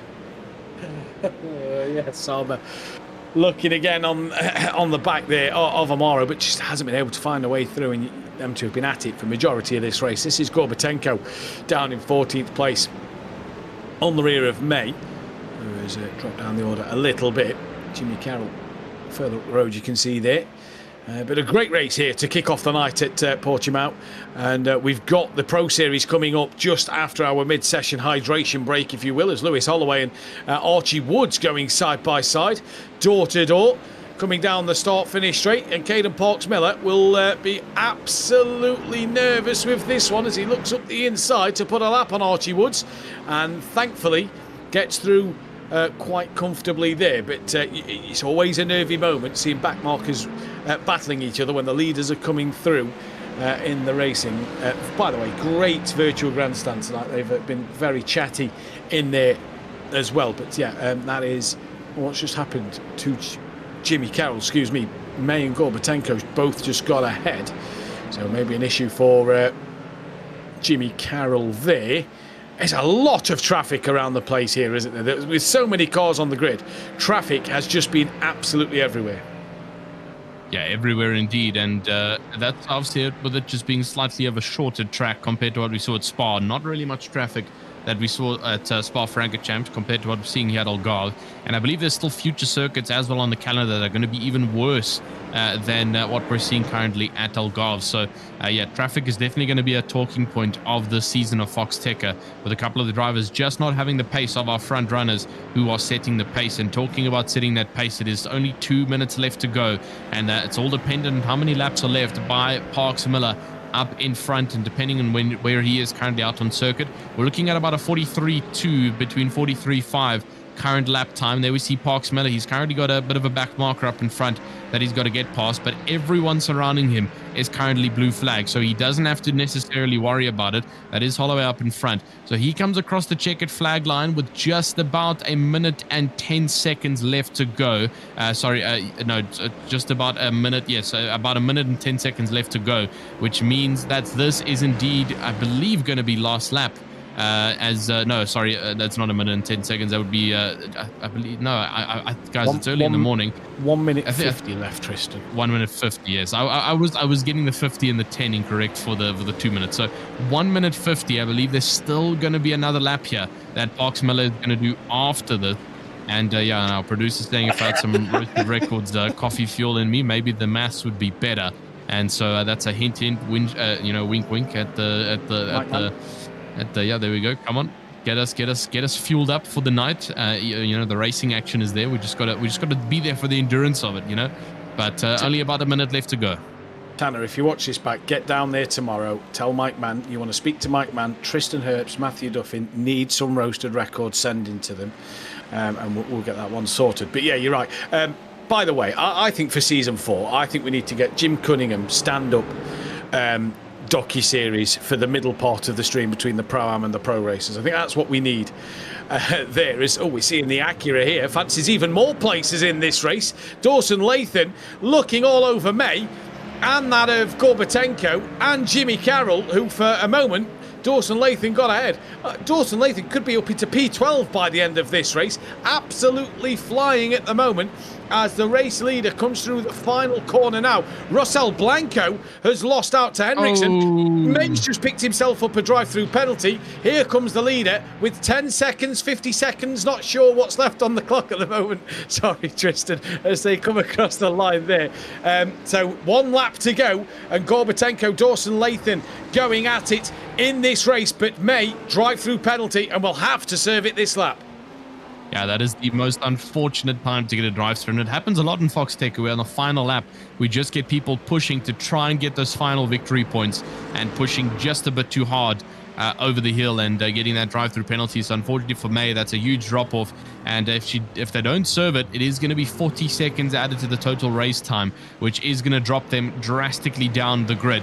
Evan Davis currently also down 20th. He's made a bit of a recovery drive here, but currently all eyes on Vigard Hendrickson, who's also caught up to Russell Blanco. I feel like there's issues with Russell Blanco. Why has he become so slow? He lost out to Anderson, and now Hendrickson as well, caught up from 5 seconds behind all the way up to Russell Blanco, and now he's even threatening for an overtake before the end of this race. So Russell Blanco definitely has had something up, and I'm hoping that at the end of tonight's events that we do maybe have Blanco joining us in the virtual grandstand to have a bit of a chat about it, because this is boggling my mind how that Mustang went from so incredibly fast in the beginning to just being slightly slower and now being overtaken potentially by the Ferrari of Vigard Hendrickson. Into the right-hander they're going to go, and Hendrickson is going to have the inside line. Is he going to have the advantage over the Mustang here, as the next is going to be on the outside, but then the following is going to be on the inside again, so he just needs to hold it here, and there he's going to get it on the outside. The overtake has been done for Vigard Hendrickson, and he moves into third on the final moments. But up in front, it is going to be Caden Parks-Miller, who comes across that checkered flag line uncontested, and what a great win he gets. And Tyler Anderson just a bit further behind. He's going to take second, with Vigard Hendrickson taking third on the final spots. Blanco gets a drive-through on the final corner, and that is going to push Omet Ohm up into 4th position. What is going on? So a drive-through penalty for being so off track on the exit of the final corner. Russell Blanco will pick himself up a 40-second time penalty, I believe it is, at the end, added to his time. That will promote Omet Ohm into P4, and I believe will promote Ramsey Jimenez up into P5. Many a drivers will get the full final classification your way in just a few moments' time, as the final drivers come across the line. Tristan, what an absolutely epic start to this race. I mean, I just didn't expect it. Peyton May's also going to come across the line with the drive-through still attached to their name, so that's also 40 seconds added onto their time, so that's also going to be a drop-off, unfortunately. But why does this always happen on the final lap?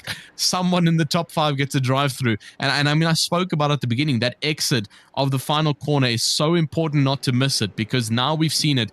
Russell just taking it on the final corner for the final lap, and that's just enough to throw him into the drive-through territory, and he is not going to be happy about that one. That's 2 positions, possibly even 3, that he's going to lose out here.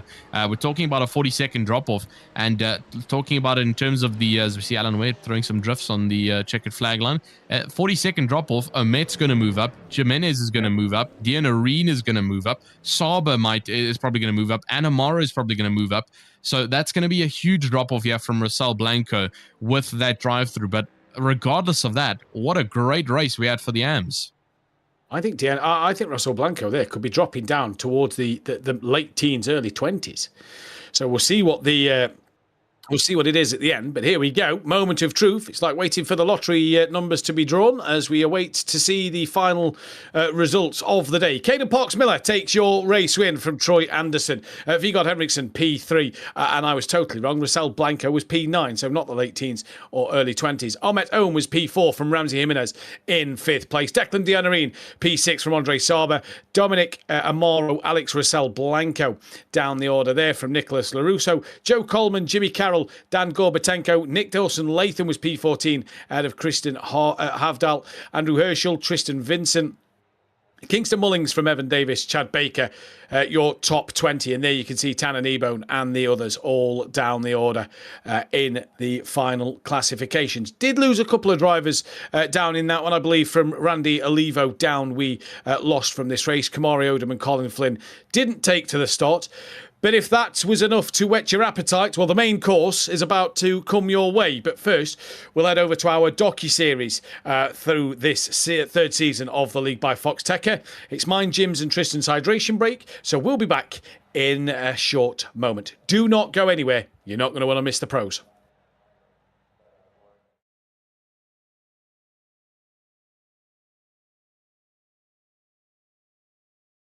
But y'all, I just moved to North Carolina. We just moved! I'm so excited. I am now a full-time motorsports racer. I'm racing full season ARCA, half season NHRA Pro Stock. I've always wanted to come to NHRA Pro Stock Motorcycle and do really good in this space, but little do you know my heart lies in NASCAR. Always, since I was a little tot. Y'all, I've been working so hard for this. Women are making a name for themselves in motorsports. I don't see how you could be a race car driver, especially be a woman. To go ride a pro stock motorcycle 180 mile an hour, I think we won't sneak up on some people. Destiny Spurlock in her Foxxtecca machine, working with the Iranas out of Fredericksburg, here in Virginia. She's not just coming out of nowhere here. This is a young lady who knows how to ride a motorcycle. This is where she's supposed to be at. This could be special. She might be able to do this. So I would be the first African-American woman to race in NASCAR.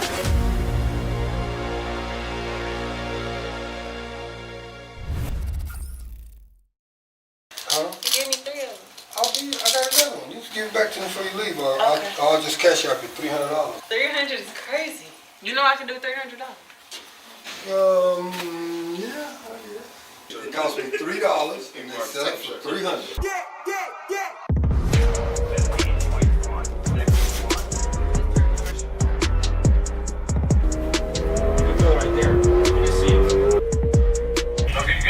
The reason why I'm going so deep is because I'm getting to the bottom and de-wedging the car. Like if you're going deep but never touch the bottom, it's not going to help the car rotate. So you have to clip the bottom to help the car rotate. It's called de-wedging the car. Because these two angles are different. So the way it compresses the shocks helps turn the car. Me being another woman racing another woman, that didn't excite me. Like at all. I love racing against the guys because guys' egos are huge. So when I beat them, oh my gosh, they would give me so much crap like, yeah, you got me this time. I'm like, yeah, and I'm gonna get you next time too. So I love that. That impact ring is bigger than you, man. Coach, we're not doing this today. Look at that impact ring. Don't. Look at it. Don't do this. You see, look how big Bree is. Right.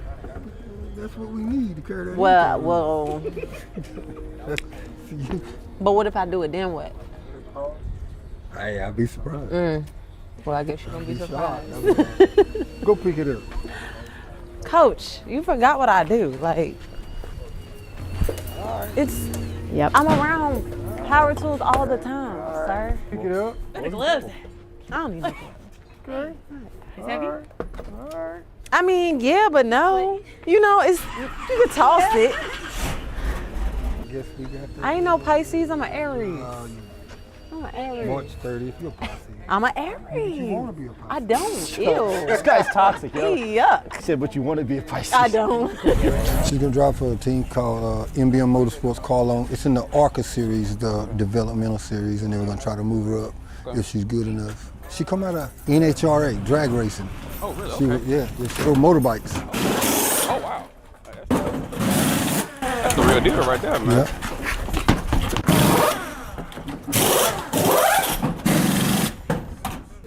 Yeah.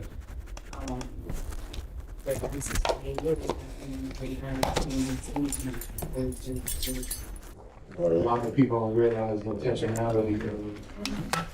Like right here. Touch the board. And then swipe up and down. Yep, and then touch those squares. So that's like your wingspan. Remember, you want to be fast, but you want to be accurate as well. Moving.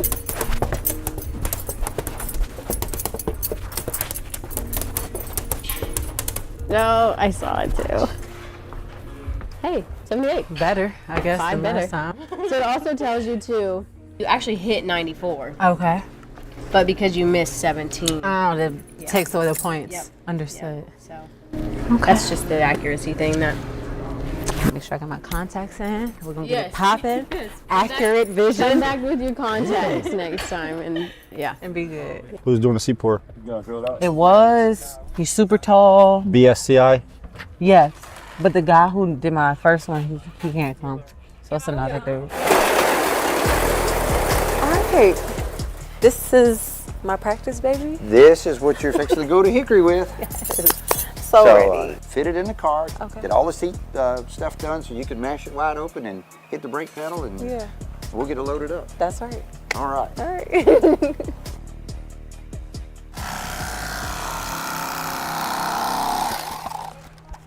The officiating there and the speed there aren't like it is somewhere else. Yeah, if she was going Daytona, we would have to get a different shell, different seat. I'm Carl Long, race car owner, driver, and anything that had to do with NASCAR, I probably did it. You're at MBM Motorsports. We currently compete in the NASCAR Cup Series, Xfinity Series, Truck Series, and now we're coming on with the ARCA Series. Ribs, everything else was great. Okay. It might be a little part right here. Yep, I'll blend all that stuff out. Anything in your shoulders? Okay. That's good. Those top tier. We had to do a seat mold. The seat that I have in the car now is one brand, but the seat wouldn't work for Destiny. She couldn't get comfortable, and when we got enough padding to get her body up high enough, the seats were a containment seat, and it comes around your sides. So she was in it so low, it was holding her arms up. So when we got enough padding and stuff in the seat to get her up out of it so her arms was comfortable, her head was hitting a roll bar. It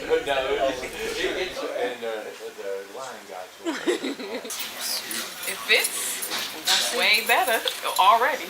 Facts. Way better. Can you sit down? That's why I wanted you to put it on too, see if you can sit down and move.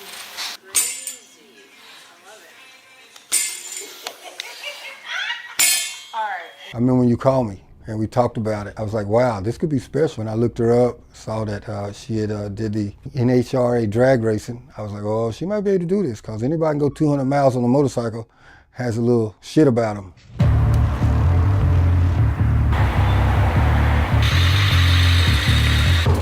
I raced here several races, and I sucked at all of them. So he needs to tell you what you need to go around here. Whatever I'm gonna tell you is gonna be wrong. It has straightaways, but you really want to make it a circle. Right. Yeah.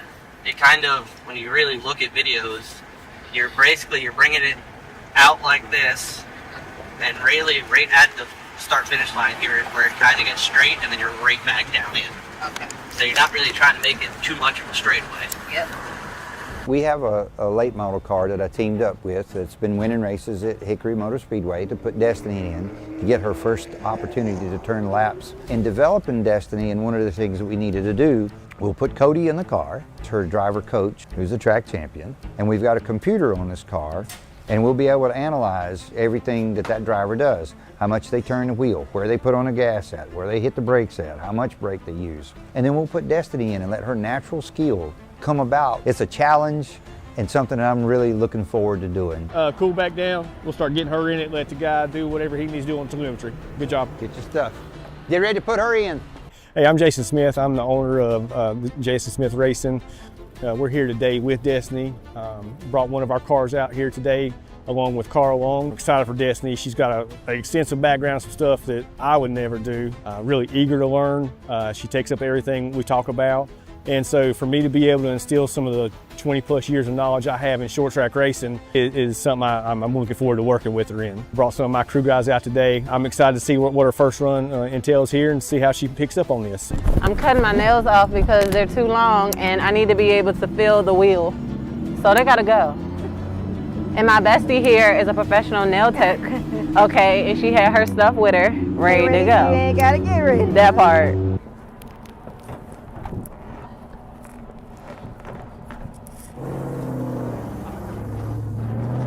But you can pick it up a little bit and just do you some nice figure eights, just like we're starting out, even if they were cold. you're in third gear here, don't be afraid to kind of mash on it pretty hard to feel it, and then you can go ahead and start picking up some speed. There you go. 1587.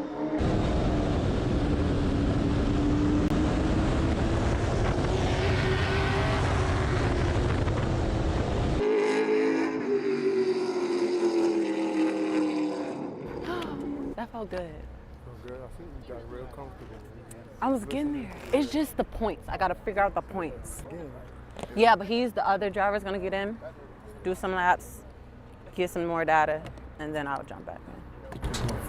Thank you, I appreciate it. Welcome back then to the league by Foxxtecca as we get ready to go for the Pro Series out here. We're 6 minutes nearly into qualifying.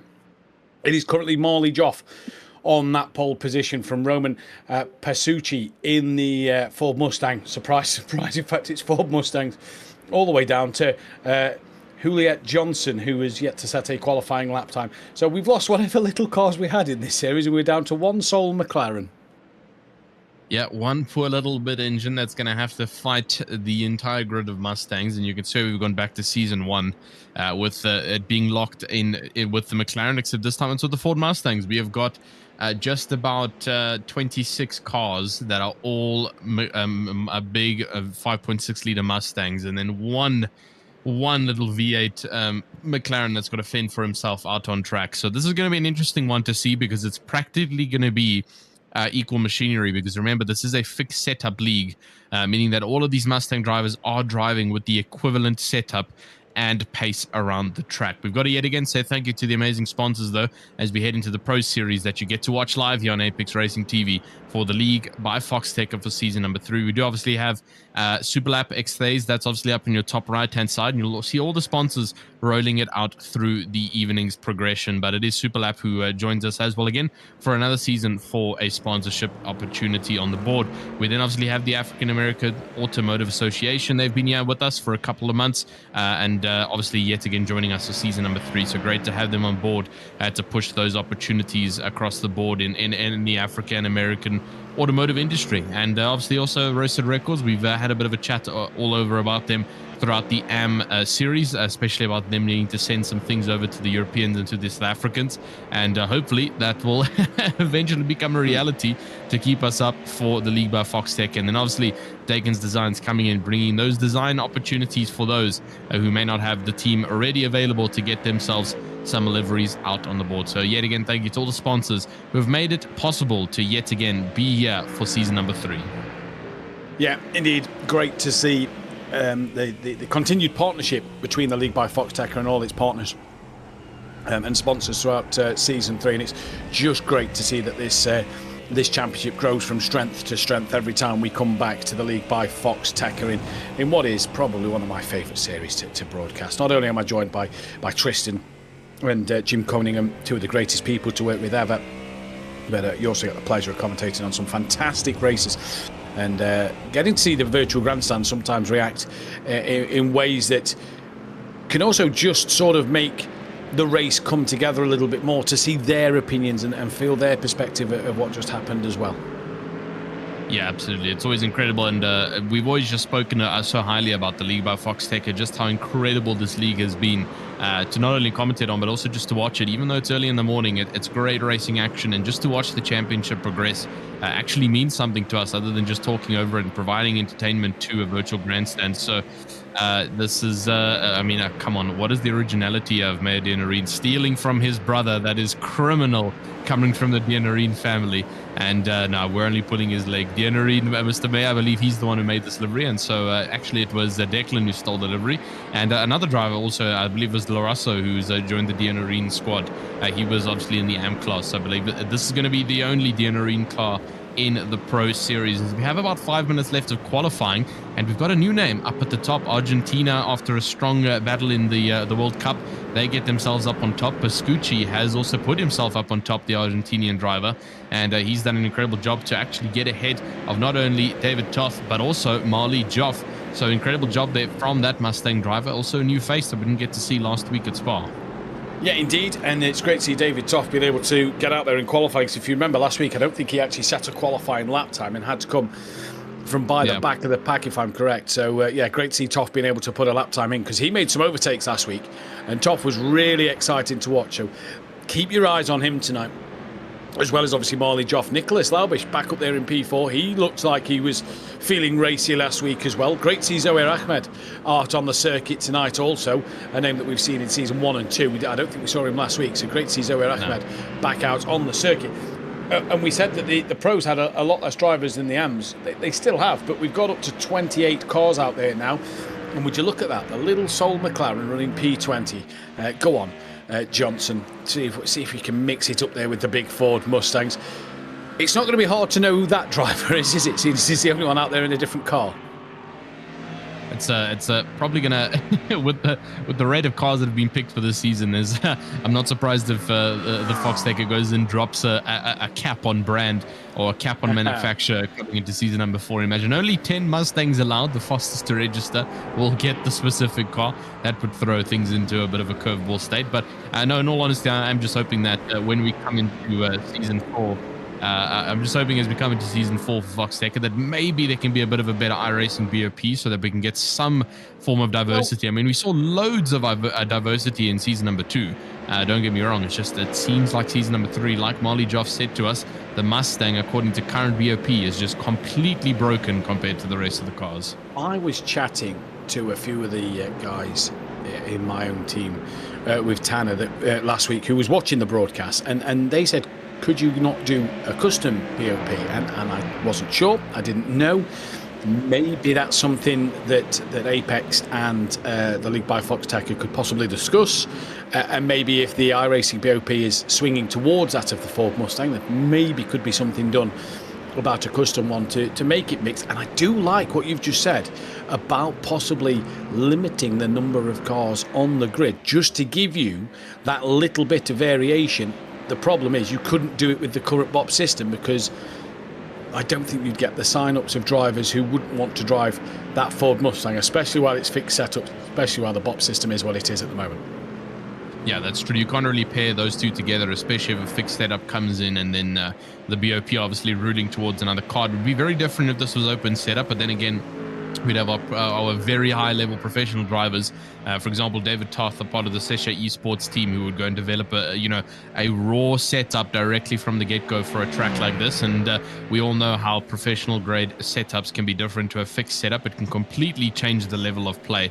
And also, setups can then completely be changed according to a driver's physical driving style, compared to just being stuck to the fixed and having to adapt. So, I mean, that's why we have fixed setups. It just makes the racing action a little bit more close, as the drivers are 100% forced to a standard.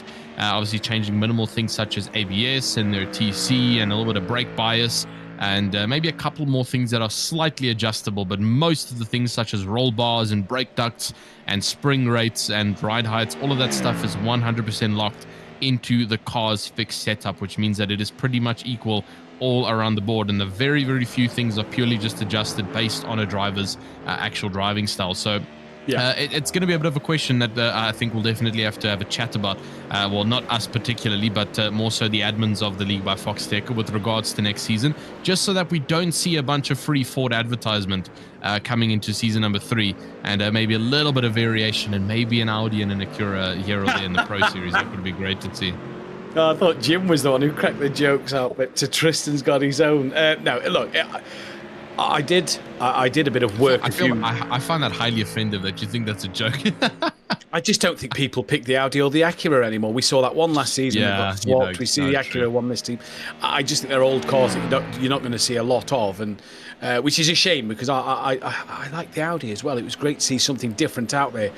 But I worked on a series a few months back, a 24-hour race, and they'd actually put a limit on cars for the 24-hour race between Hypercar and LM GT3, just to get that nice mix out there.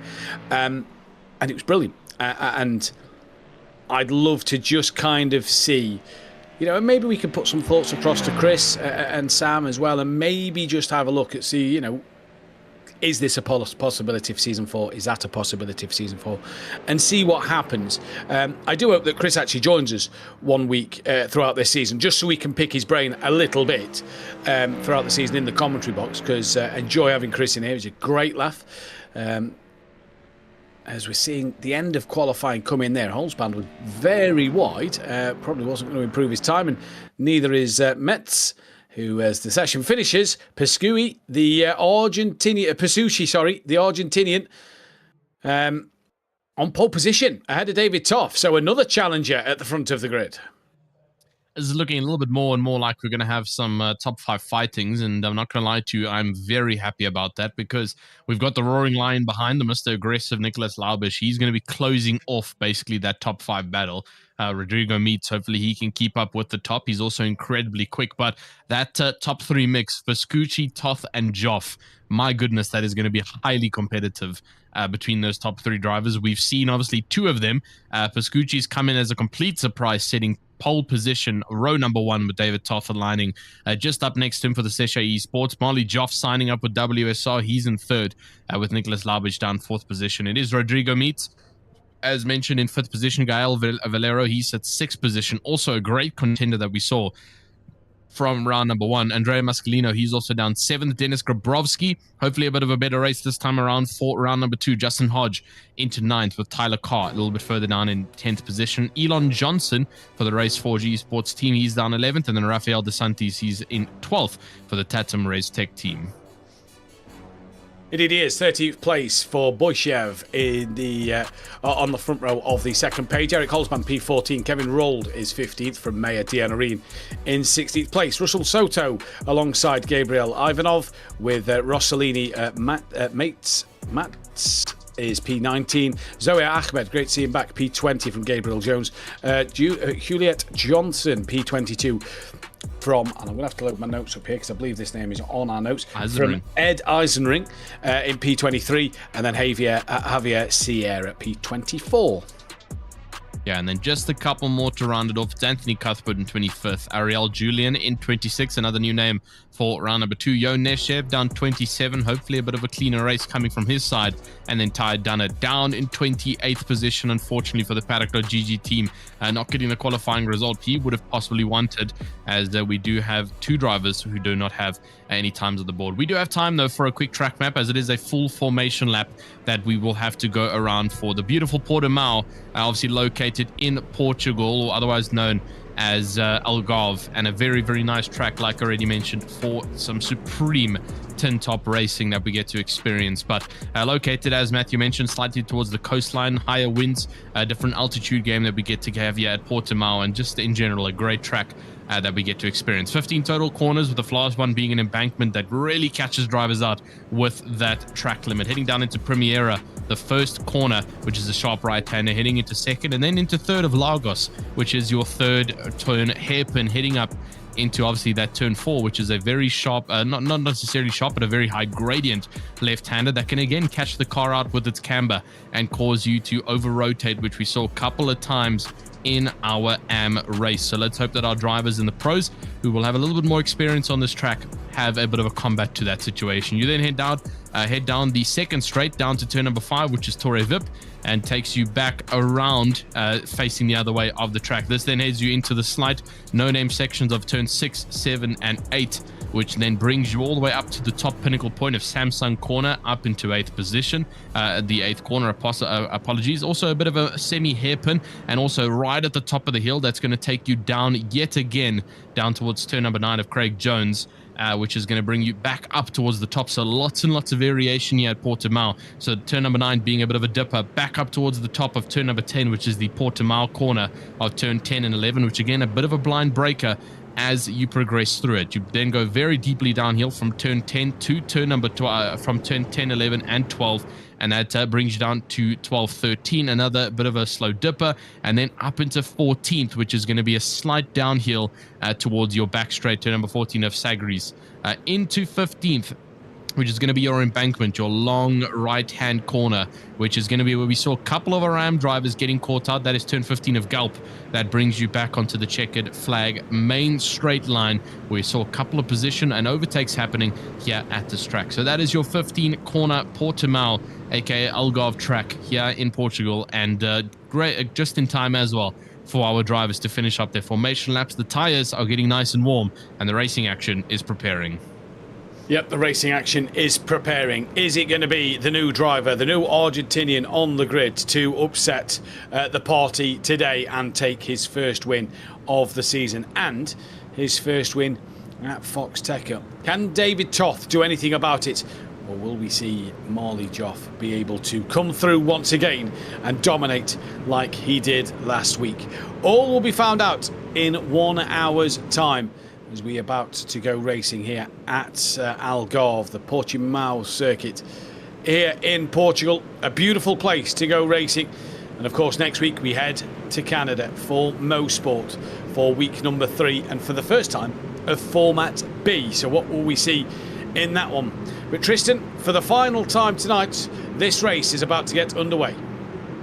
Indeed it is. Pascucci up on top. He's got Toth on the left-hand side and hoping that he can just keep that inside line barrier, but he does have Joff, the reigning so far champion from last season, into season number 3, and it looks like he's already gotten the pull-off on the line, and Pascucci trying to keep that lead. It's officially green gantry lights across the board here, immediately going towards the left-hand side to try and get the best possible turn in into turn number 1, and already Joff has moved up into second position, putting his nose right up on the inside here of David Toth. The rest of the drivers all following in the same kind of fashion, but what a great maneuver already at the start of it from Marley Joff.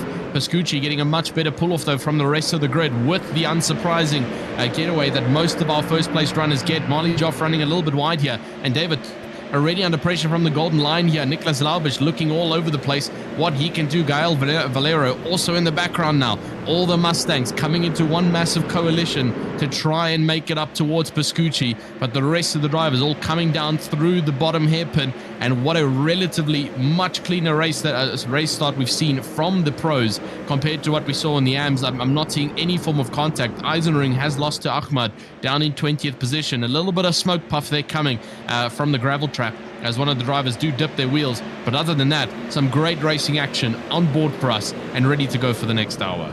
Yes, David Toth looks up the inside of Nicholas Laubisch through the double right-hander. Was just about to say it was not the opening lap he would have wanted. That was a wiggle there for what looked to be for Muscolino, who's lost a couple of places. Laubisch trying to fight back on Toth. There is Muscolino, and still a bit more of a battering ram going on in the middle sector. A few of the cars off and getting caught out. That was Matt Johnson car, I believe, dropping down the order. Zoe Ahmed has lost a spot as well. There is the sole McLaren of Johnson coming through the long right-hander. But Toth held on over Laubisch. Marley Joff has already started to pull away, and Pascucci got the start he needed. But let's not forget what happened to the AMs, to Russell Blanco. He had a great start, and the others started to creep him in. Can Marley Joff reel in your race leader? Lap 1 in the bag, and what a great start to the race it has been. Well, Marley Joff's going to get the opposite of what we spoke to him about last week at Spa. His words exact were that the race was boring as he sat up in the front with absolutely no contention with David Toth not getting a qualifying time. He's now got the complete opposite. David Toth behind and Pascucci pulling away in first position. So Joff has got a lot on his hands if he wants to try and work towards keeping that top spot on the championship board. Tyler Carr, he sits currently down 17th. He's currently 7 spots down and now fighting it along with the lone McLaren. A bit of a tap though on the outside, and the McLaren's disappeared. That's always scary when you're in an active fight and someone blips a bit. And Tyler Carr just having to hold his line, hoping that the McLaren is not being tapped by some kind of netcode. And it looks like he's all good and moves up into the next spot of 17th. Matisse, after having a bit of a spin there through the second last corner, he recovers back up to 18th position. And that contact was with a couple of cars throughout that previous section. Not sure if we had the replay, but might be difficult to find with it being in the peak of all the action of lap number 1. David Toth still holding third position. He's still got Laubisch on the backside, and he's just allowing for Joff to pull further and further away. But Pascucci is not coming any closer here. He's not coming closer. This is what I saw earlier on coming up towards the end of lap 1. So this is Tyler Cott. Oh, the yellow and black just moves out late. 3 wide, sandwiched he goes, and then just gets caught up. Oh, and then a bit of an unsafe rejoin there. It probably would have got hit again, but still, you try not to move in front of oncoming traffic. But yeah, 3 into 1 doesn't go, and it didn't that time around. Tyler Carr was one who lost out. Johnson's lost out in the background as he's trying to fend off this flurry of Mustangs coming down the start-finish straight. We can see another 2 in the background. That's Maya Dianarine, who's dropped right down at the start of this race into 23rd, and Johnson holds on to it. Matisse then looking to go side by side with Neshev, and more contact, and that's Matisse who just gets into a little wiggle, and they're side by side coming up through turn 4 now, and it is a little bit of rough and tumble in the Pro Series already early on. Yeah, absolutely. I was seeing 3 wide going into turn number 1 there. That's why I had to say, ooh, this might not end too well. And we obviously saw the contact on Zohair Ahmad's car there that he had to watch out for. But fortunately, he came out with minimal consequence from that one. The rest is all trailing. I want to say it's a Mustang train, but in general, I can't say that because every car is a Mustang. So it's actually just a train. It's a train of cars currently going around for season number 3 so far. The first 5 minutes of the first hour. And Yo Neshev, unfortunately, having a qualifying ban. He received that from the round number 1 instance that he did have. If you want to go rewatch round number 1, very, very interesting round indeed for both of our classes. Unfortunately, Yo Neshev being handed the back end from the stewards, and his contact, that's Dianarine and Ahmad, who have both spun around, unfortunately, and they're going to get both a very quick recovery. Back onto the track they go, but that's towards the backside of the track. Dianarine, a little bit of damage on that car that he already had, and now on top of that, further contact. So not the best of races for Dianarine here, and he's not going to be happy about that one, unfortunately. No, he's really not. And I said he dropped down at the start of this race, and well, that damage is just going to be added to it. Not quite sure what happened there, but yeah, if you want to go back and watch week number 1, make sure you do it after this, because this race is going to get even more interesting with 55 minutes left on the clock here. And Toth just starting to creep back under a second to Marley Joff now. So Joff not able to pull away at the moment, but drivers could be in a bit of a phase of saving a little bit of fuel just to try and extend that stint 1 or 2 laps when the pit window comes around, roughly between 25 to 35 minutes. There's not an actual pit window, that's just where the tanks will take them. But it's Pasucci from Joff, Toth, Laubish, Valero meets Grabowski, Muscolino, DeSantis and Hodge, your top 10. And here is Muscolino in that red and blue Ford Mustang coming up the hill once again into the roller coaster section of this circuit, where it's up and down and side to side. And at Muscolino, a flash of the lights there, wanting that of Grabowski to get the hurry up here. Yeah, it's, some people use the lights in very different ways. I know for myself personally, it could be used as a way to indicate to the driver in front that you might be going for an overtake, or it could just represent annoyance, which in this case, as we saw the late lunge there from Muscolino, I believe he's getting a little bit annoyed sitting behind Grabowski, and obviously a little bit slower than he would like to be. And obviously Meets and Valero up in front are starting to run away. So yeah, Grabowski, a bit of a slowdown there that he's giving towards Muscolino, and he needs to get past, but he does need to do it cleanly. He can't just barge his way through there and try and make up for it. Over the past couple of laps though, and just talking about it, to the previous lap, Marley Joff was faster than Pascucci up in front, but unfortunately the previous lap, Marley Joff was slightly slower. So, sorry, no, he was slightly faster still, but only by 1/100th of a second. So it's too little for Marley Joff to be trying to catch this every single lap. He needs to be a little bit faster, that we can see. So as you can see their last lap, 1/100th of a second slower coming from Pascucci. And obviously 2/10 slower on lap number 3, but from lap number 1 and lap number 2, just so much faster than Joff, as Joff was still busy fighting it out with Toth, and that allowed for Pascucci just to get quite a bit of a way for the Argentinian driver and allowing for a bit of a cushion from behind. But Joff is on the chase, and so is David Toth for a potential podium brawl. Yeah, but Marley Joff's the champion. He'll know how to build this race. He'll know exactly what to do to get this one closer to Pasucci towards the end of this race. So we'll keep our eyes on what Marley Joff's progress is going to be like as down the field. Here's Neshev in that 15th place, on the back now of Matisse in the all-black Ford Mustang there then. Who is not, these are all trying to go in on the Sol McLaren of Johnson as well, up in P17. Running well is Johnson, 17th place. Soto up the road from him. And here comes Neshev. Late pull out, double right-hander, gets the nose alongside, almost a quarter of the car alongside there. Does it get the run out the corner? That's allowed Matisse to stay ahead for now. But you do feel for Neshev, it's a matter of if not, when, not if in this race. He's on a mission, and he's almost got to do what Toff did last week and just find his way through the pack. Yeah, he's going to have to try and do it, and I think he's wanting to try and stay a bit cleaner compared to last week. You can see he's definitely being a little bit more cautious on the overtakes, especially on the backside. You have Matisse. He's also got Carr behind, and Eisenring's also chasing on, and so he's just trying to maintain himself and his posture down in 19th position for the number 81 Mustang. As the race continues, the first 10 minutes is about to be done and dusted, and all of our drivers still fighting it out on grid. You can see the numbers represented by the live timings tower. The white number figure is well over a second, and unfortunately not much of a battle going on there. Yellow is at under 1 second, and then orange is the best to be because it represents under 5/10 of a second. And very, very imminent battle is in progress, and that's what we're currently watching, with Matisse leading towards Neshev and Carr. They both lead on just behind, and hopefully a bit of action that we get to see there. Muscolino has gotten ahead of Grabowski, though. He moves up into 7th position, so Grabowski now in a bit of a flip maneuver that he's got to try and fight with. DeSantis in 9th has also got pressure from Hodge. That's the battle for 9th position, so lots and lots of action going on across the grid as it stands, and obviously the slightly smaller grid that we get to experience here in the pros compared to the AMs, but still the racing action is hot, and it's live right now here on YouTube at Apex Racing TV, the only place to watch the league by Foxxtecca and all the great racing action we get to watch on both of our divisions. Comment in the virtual grandstand there from a friend of mine, Langley, saying, I feel like I have an obligation to root for the Sol McLaren. Bless him.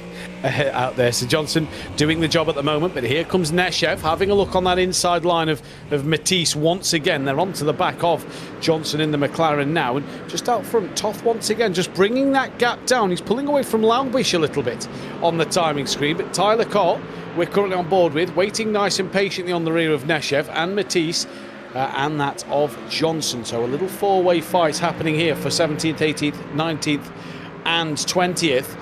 Grabowski has stood with Muscolino. Muscolino's got ahead, but Grabowski has stayed with him. And Ty Dunnett on the back of Cuthbert further down. Here we go. Here is Ty Dunnett. Going to have a look to that inside line now of that of Cuthbert. Coming down in towards the first corner. And Ty Dunnett looks like he's going to get the move done. And indeed he does. Nice and easy. Through he goes. Manages to get in front to defend that inside line at 2. And is this Cuthbert going to come back? No, not in all. So Ty Dunnett, good move up into 22nd. Yeah, great stuff there from Ty Dunnett, the Canadian driver. Number 14 moves his way up. Rossellini Matisse, though, he's still busy fighting it out in 19th position, just trailing behind. Neshev was going to make a late dive on the McLaren on the inside of the hairpin, almost contact, but the McLaren has been forced out wide to avoid contact there, and Neshev is going to move up into 17th position. As it currently stands, the McLaren driver of Johnson is forced out, but he's going to try and outmaneuver it, and he does indeed so. Great job from the McLaren driver to force the Mustang back into his place, and Johnson moves back up into 17th position. The 3 Mustangs behind are all just quivering in a line behind and just not able to get ahead of the McLaren. Here comes the dive, contact. And that's just unfortunate. And contact on the inside line. I believe that was from both Neshev and Matisse on the inside line, just diving way too late in the brakes there for Juliet Johnson. Yeah, we're going to see what's happened here, but you can kind of, the picture already paints itself, doesn't it? You can kind of see what's going to happen. Looking up the inside, little late on the brakes. Oh no, it was only the one sole Ford Mustang there that tapped him round, and Neshev. Just a little too optimistic, and this is what he got the qualifying ban for Neshev. So yeah, he's just got to be more patient in overtakes. The gap was there, he just outbraked himself.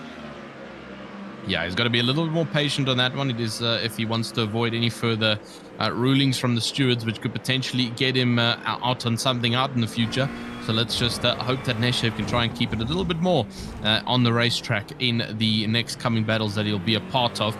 Johnson did manage to recover it quite well. The dependent part here is how much damage he received from that interaction, and I'm hoping it's not too much that he's got to wait for. And looking like the steering is all good, so suspension is still pointing straight, but a slight bit of body damage here or there could potentially slow the car down on the straight. Let's hope that is not the case, though, for Juliet Johnson. He's now got pressure from Eisenring and Ty Dunnett.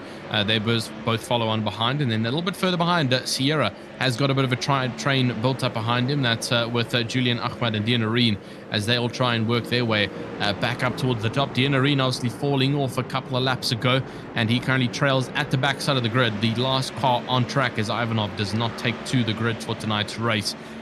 And so a bit of a fight that Dianarine's got on his hand to try and recover, but it's still a long way because Ahmad, Julian and Sierra, both all three very fast drivers that Dianarine's got to try and contest for to try and move up this grid. Indeed, we've seen Lyndon Batson in the chat. Well done, buddy. Good job today in the race. But yeah, back to this one then. Eisenring is moving up to 23rd place on the back now of Cuthbert.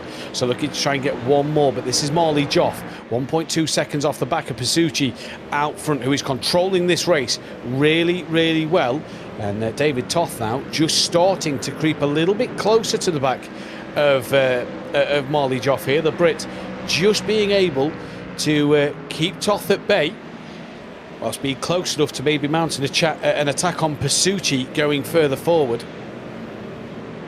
And this is Valero with Meats on the back of him coming through the hairpin corner. Back up the hill they climb once again. Boyshev has got himself a slowdown. That's what the yellow flag means, slow down for him. He's had to do that one now, and that's put Rold and Hulsband right on the rear here, the Superphase team. Trying to come onto the rear of Boyshev, not close enough to make a move through the left-handers. And Kevin Rold will just sit and patiently wait. We know he's a patient driver, and he'll sit and wait for an opening. Yeah, and I see Hulsband lots of love in the virtual grandstand during qualifying, so he's got a lot running for him for the Super Lap team, and also been a large competitor throughout the couple of seasons. He's currently sitting down 14th, obviously Kevin Rold up in front, and Boyshev now lost all of that advantage he built up and all the way back into this three-way fight due to that slowdown penalty. And it's looking like a lot less track limits are being exceeded here by the Pro Class. I have not really seeing too many of the white exit line on the curbing being exceeded by some of our drivers, but obviously time will tell if we see a couple of those drive-throughs coming in later towards the night. Yes, Tyler Carr, he's putting the pressure on Matties now, and potentially going to be taking an overtake, coming onto the main straight. This all depends on the exit in the Mustang. It's fixed setup. It's 100% identical. It all depends on the line that they take. You can see that Ty Dunnett takes a much more inner line over the curbing they go. Matisse takes a little bit more of a wider line and has to potentially slow down a little bit on the exit curbing in order to not get a penalty. And you can see that time is dropping drastically down to 1.5 tenths now for Tyler Carr. He did look onto the inside for a potential dive, but just not enough to make it happen, and he has to sit in the wake for the time being. Now he's going to look for it again. Coming into the hairpin of Lagos. Is it going to be enough? It's a bit of a contact on the front wheels, but it's not bad at all. But Matisse defends like a champion, gets the elbows out, and pushes Carr further down away.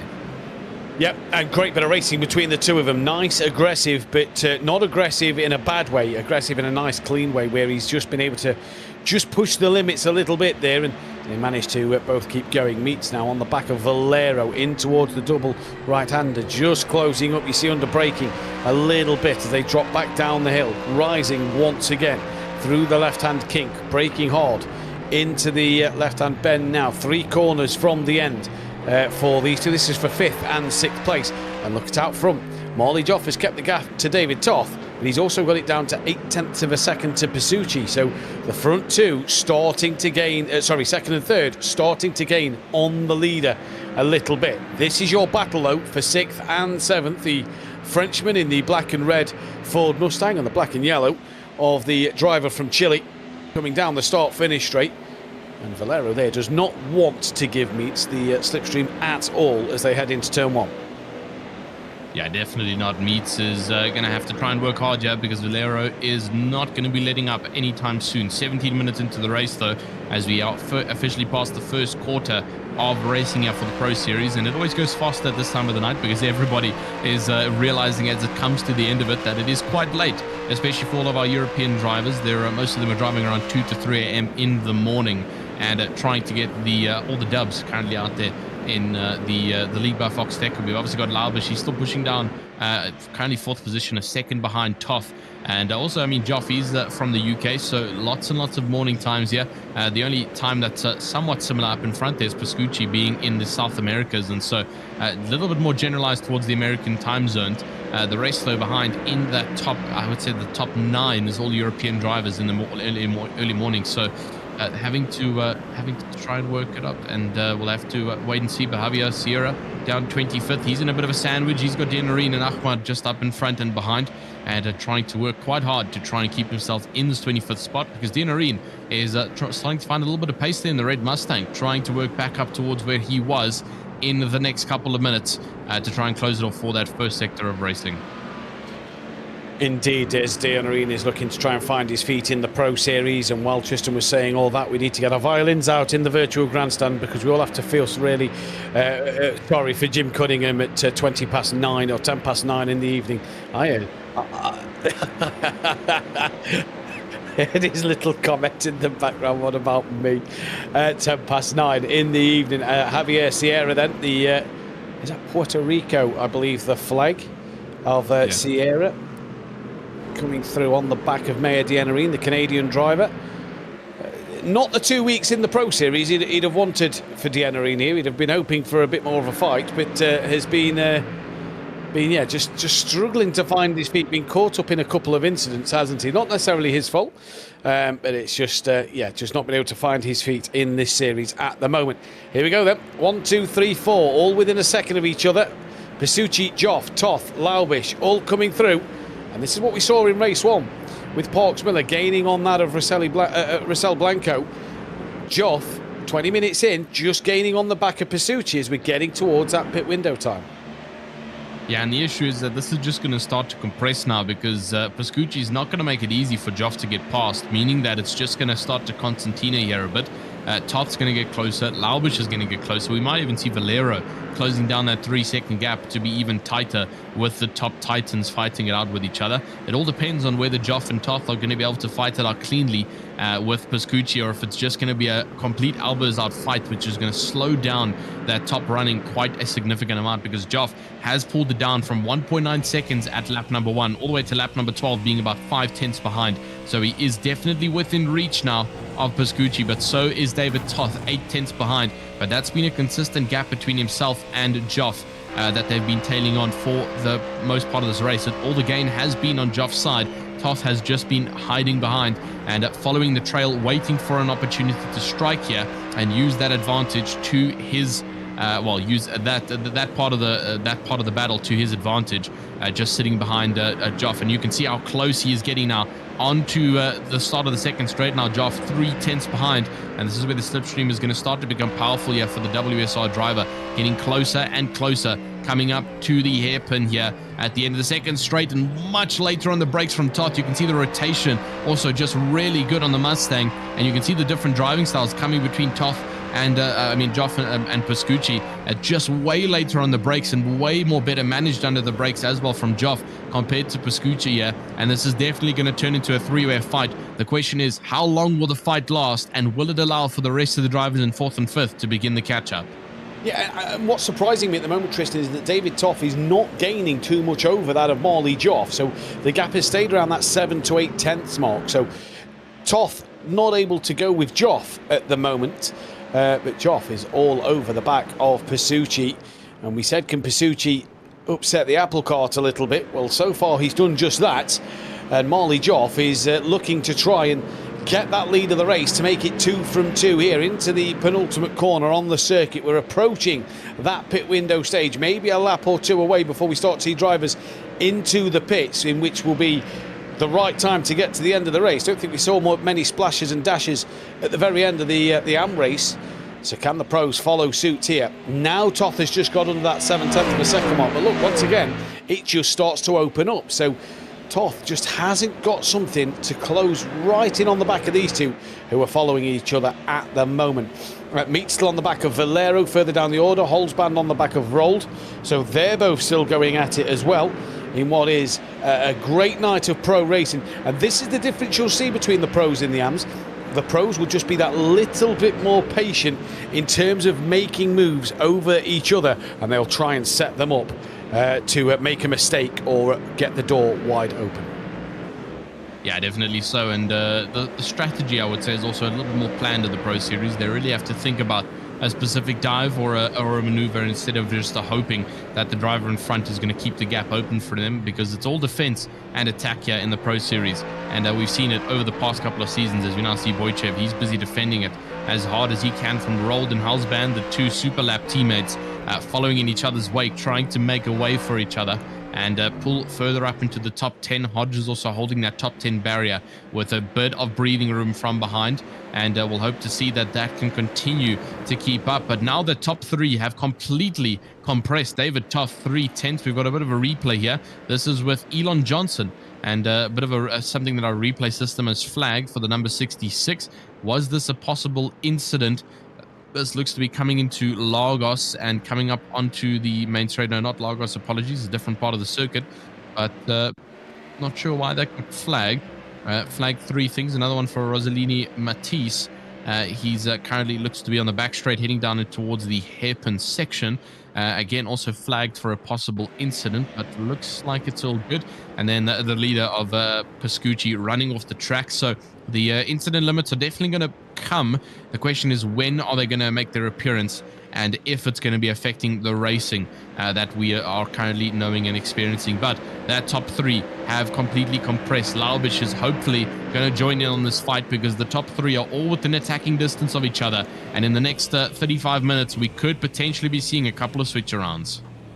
Yep, and they've dropped Laubish as well, so Laubish hasn't been able to stick with the front 3 to go with them. So the 3 Mustangs out front are pulling away now from P4. Laubish is still there, and he's in a bit of no man's land at the moment, not quite with the leaders, but well clear of 5th and 6th place. So we'll see what Laubish can do. We made some beautiful overtakes at Spa last weekend. But yeah, the 3 leaders definitely getting all very close. Just as we've now, in that 25-minute stage of the race, does one of these drivers potentially think about that undercut in this one? Because that's something we didn't really speak about in the first race, because everybody seemed to pit together in good clumps. As Marley Joff now dives up the inside, looks to make a move on Pasucci. Inside line, it'll give him the outside for the next 2 corners, and Joff possibly just going to back out of this. No, he's not. He's going to fight it hard around the outside. Does that leave the door open for David Toth? No, it doesn't, and they filter back in one by one. Yeah, and I mean, talking about the rest also catching up, I mean, I thought Valero would have a chance, but I do see that Meats is also on the backside of Valero, and so those 2 are having their own battle for 5th. As it currently stands, so that's making it difficult for Valero to chase. Laubish is putting it down by about a 10th per lap, but it's not going to be fast enough to try and contest before the pit window comes, and so he really needs to get a move on, or hope that some kind of error shapes itself in the top 3 that he can try and gain onto. As we do, we've already seen it. There's our first pit coming from Wojciech, but we've already seen the potential dive coming in from Joff. Just a little bit too late though, and Pascucci was able to close it off, but that did allow for Toth to get even closer, and now we can see that Laubish is actually under a second, coming down towards the hairpin. So this is potentially going to turn 4 wide as Pascucci goes defensive into the hairpin, which also throws his line off slightly, as Joff and Toth are now going to be chasing as hard as they possibly can coming into these next couple of corners. Valero is just losing time to this top 4 as it stands, with Meats on the back end, and all of our drivers still just trying to manage themselves out on the grid. We're approaching roughly the halfway mark where we see the pit stops coming in. It was around the 34-minute mark. We saw the bulk load coming in at the AM class, but like Matthew mentioned, the undercut and overcut strategies are all viable options here in the pro class, and we're going to have to see what driver is going to play what strategy, especially depending on the dirty air on track. Yeah, and that's going to be the biggest thing to keep our eyes on here is, like you say, Laubish now within 0.7 of a second of the leaders, and they are all nose to tail coming down in towards the penultimate corner on circuit at the moment. It is nip and tuck between the 3 of them. One slight mistake and you might even lose 3 places here depending on the leaders. Side by side, Neshev and Jones going at it down in towards the penultimate couple of corners on the lap. Neshev stays behind Jones for the time being, but is doing a good job to just put Jones under a little bit of pressure. Ty Dunnett has got past the McLaren of Johnson. Valero blinks out to the leaders to pit first. Johnson, though, coming back at Ty Dunnett here, and the McLaren stays up in P19 for the time being. Good move to come back on the Ford Mustang there, as Ty Dunnett tries to take a wide berth in. Just has to be careful now on the power as to not accelerate too early and run into the back of that McLaren at the moment. But Jones and Valero into the pits, leaders all still together. Jones then gets a drive-through penalty for potentially speeding in the pit lane. Ramada's going to ruin Jones's race there. Back to the leaders we go, and Nicholas Laubish just starting to loom a little larger in the rear view mirror of David Toth. Yeah, absolutely. But talking about time changes, unfortunately, for the likes of... well, actually, it's no longer Valero. Valero is actually coming to the pit lane, so it's Meats currently down in 5th, but over 4.5 seconds behind. And that is not within any kind of fighting distance. It was 3.3 from Valero, but obviously with the pit stops coming in, Meats now 4.4. And we're going to have to wait and see, is the top 4 going to come in collectively as a pack and just let the track knowledge come into the play, or are we going to see a bit of change in terms of pit stop strategy coming from this top 4 that could shake things up? We've seen it happen in multiple sports where the pit stop determines the winner, and it can happen in any kind of sport, especially in GT3 racing, and with regards to actually stopping in your box.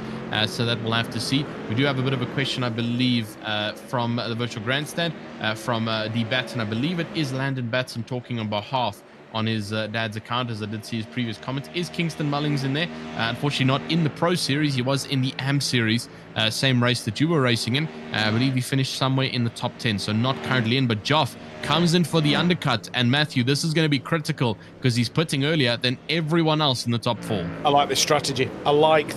He's in the train. He can't get past Pasucci. I think this is a great call from Marley Joff there. Surprised me, actually, that Laubish didn't think, do you know what, I might fancy jumping in as well. Couple of tenths off the back of David Toth. It surprises me because he could have jumped ahead of the 2 cars in front of him. So we'll see if Laubish or who pits over this next lap. But yeah, Marley Joff, really excited to see that from him, because this now is all about when Pasucci, Toff and Laubish come into the pits, who can do what, and did Marley Joff take tyres? That's going to be the next question.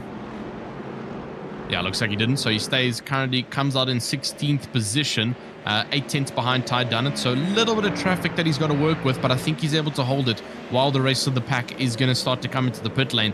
And the question is, like we were talking about, when is this top 3 going to come in? Laubish has a little bit more free air compared to what Joff had. Joff was really struggling with dirty air there, about 2 tenths behind Pascucci. The rest behind, though, roughly about 6 to 7 tenths between Toth and Laubish, as they currently fight it out in 2nd and 3rd. So a little bit more clean air compared to what Joff had. So I agree with you. Very, very valid pit stop coming in from Marley Joff. And hopefully this is going to play to his advantage. A little bit further behind, Rafael DeSantis. He's currently 4 tenths behind Grabowski, who's currently trying to hold on to the backside of Muscolino. So we'll have to wait and see how this is going to work out for all of our drivers. Joff down 16th there. Laubish comes into the pit lane. So also going for an undercut. Oh, a drive-through for Nicholas Laubish. And the Golden Lion has been struck right on the crown. And Laubish is not going to be happy with that one. What a shame, because we just said about if he'd have followed Joff in, that could have been an interesting one. He's now just got that drive-through penalty. That's going to ruin his race in terms of that chance of a podium. And Nicholas Laubish will be disappointed with that in this race. What a shame for him. So now that four-way fight turns into a three-way fight. And this is where we can see if Marley Joff can manage that undercut strategy. He's on the back of Ty Dunnett, 2 seconds off the back of Ty Dunnett, should I say, but he's going to get ahead of Johnson and Grabowski and Laubish in the pit lane, as Grabowski's actually jumped Laubish in the pits. So interesting to see, but there goes Marley Joff, flies on by, and he'll hope for more traffic to come into the pits as the laps go on. Yeah, absolutely so. And I mean, just talking about Marley Joff, that last for him was obviously 2:25. So, okay, never mind. Was going to try and pull up some stats, but that's obviously pretty much null and void with it being an outlap of the pit lane with that additive time. So I wanted to try and compare it with Pascucci and Toth just to see how he's doing being slightly earlier into the pit lane. And it's really going to come down to when are these two going to come in, and if Toth is going to follow, or if one of the two are going to pit and the other is going to stay out for an undercut or an overcut. That is going going to be the question that has to be answered here. 32 minutes in, though, just about 28 minutes left on the clock in this race, and the time is starting to dissipate. Justin Hodge with a great move on the inside of Anthony Cuthbert. I believe he was already ahead, so this is more defensive coming for Justin Hodge in the number 99, that yellow and black Mustang, trying to hold off on Cuthbert, just down in 18th. The number 90 busy chasing down on that car in 17th position, so we'll have to wait and see. Johnson comes into the pit lane now, and that's in 6th position, so that's going to get another position up for Molly Joff, who currently sits down in 13th. He seems like he's a long way off. I'm not going to lie to you, Molly Joff, but I believe that's just currently because all the cars up ahead still need to pit. Not everyone's still within a second of each other. There's no huge gappings that we saw slightly more in the AM class. So this is all going to come down to play, because as you can see, Pascucci and Toth are really trying to extend the life on those cars and that fuel tank. And Joff has might want to put the lottery on there, because Ty Dunnett comes straight into the pitch just as he was getting on the back of him. So that's going to make it easier for Joff. The more cars he can pass that into the pit lane, the easier it's going to be for Marley Joff. Now, where will he be come this pit stop? Toth is all over the back of Pascucci, 0.4 of a second. Just gone back over half a second, and it dips back under once again. Ebbing and flowing on that time between Toth and Pascucci, and they're catching a bit of traffic themselves here. So we speak about the traffic of Marley Joff possibly catching while he's in the pits. The leaders have now just had a bit of traffic as well.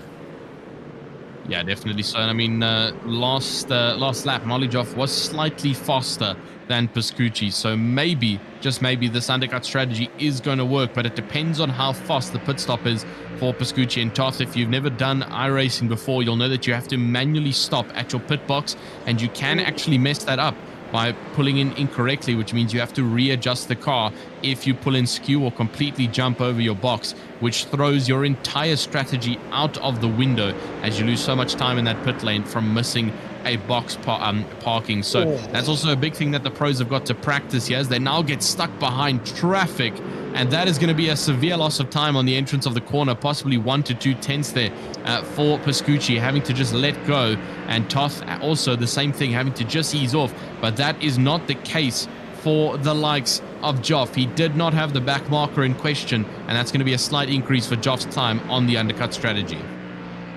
If we believe that you can get 35 minutes out of a full tank of fuel, why have the top 8 not pitted? Yeah, it's an odd one. That's what we was told by Sam Fitzpatrick last week. Right. I feel like it's highly track dependent. Highly track dependent. Oh, 100%. I mean, they might be able to go that little bit longer, but obviously with that limited 60% fuel tank in this race, lifting and coasting on this final lap is going to be an absolute key here. So we'll keep our eyes on these two now. That traffic did hold them a little bit earlier on in the lap. They're just fine in the rear of some now, but if they pit, it's not going to matter. Has Marley Joff done enough, though, in this race to find out? He's still the lead of the pit runners, the net lead pit runner at the moment. Top 8 yet to pit. And is this Pascucci coming in now for his stop? I'd be bamboozled if he wasn't. And yes, him and Toth both in. So clearly he could have got an extra lap out of that and gone to about the 36, 37 minute mark.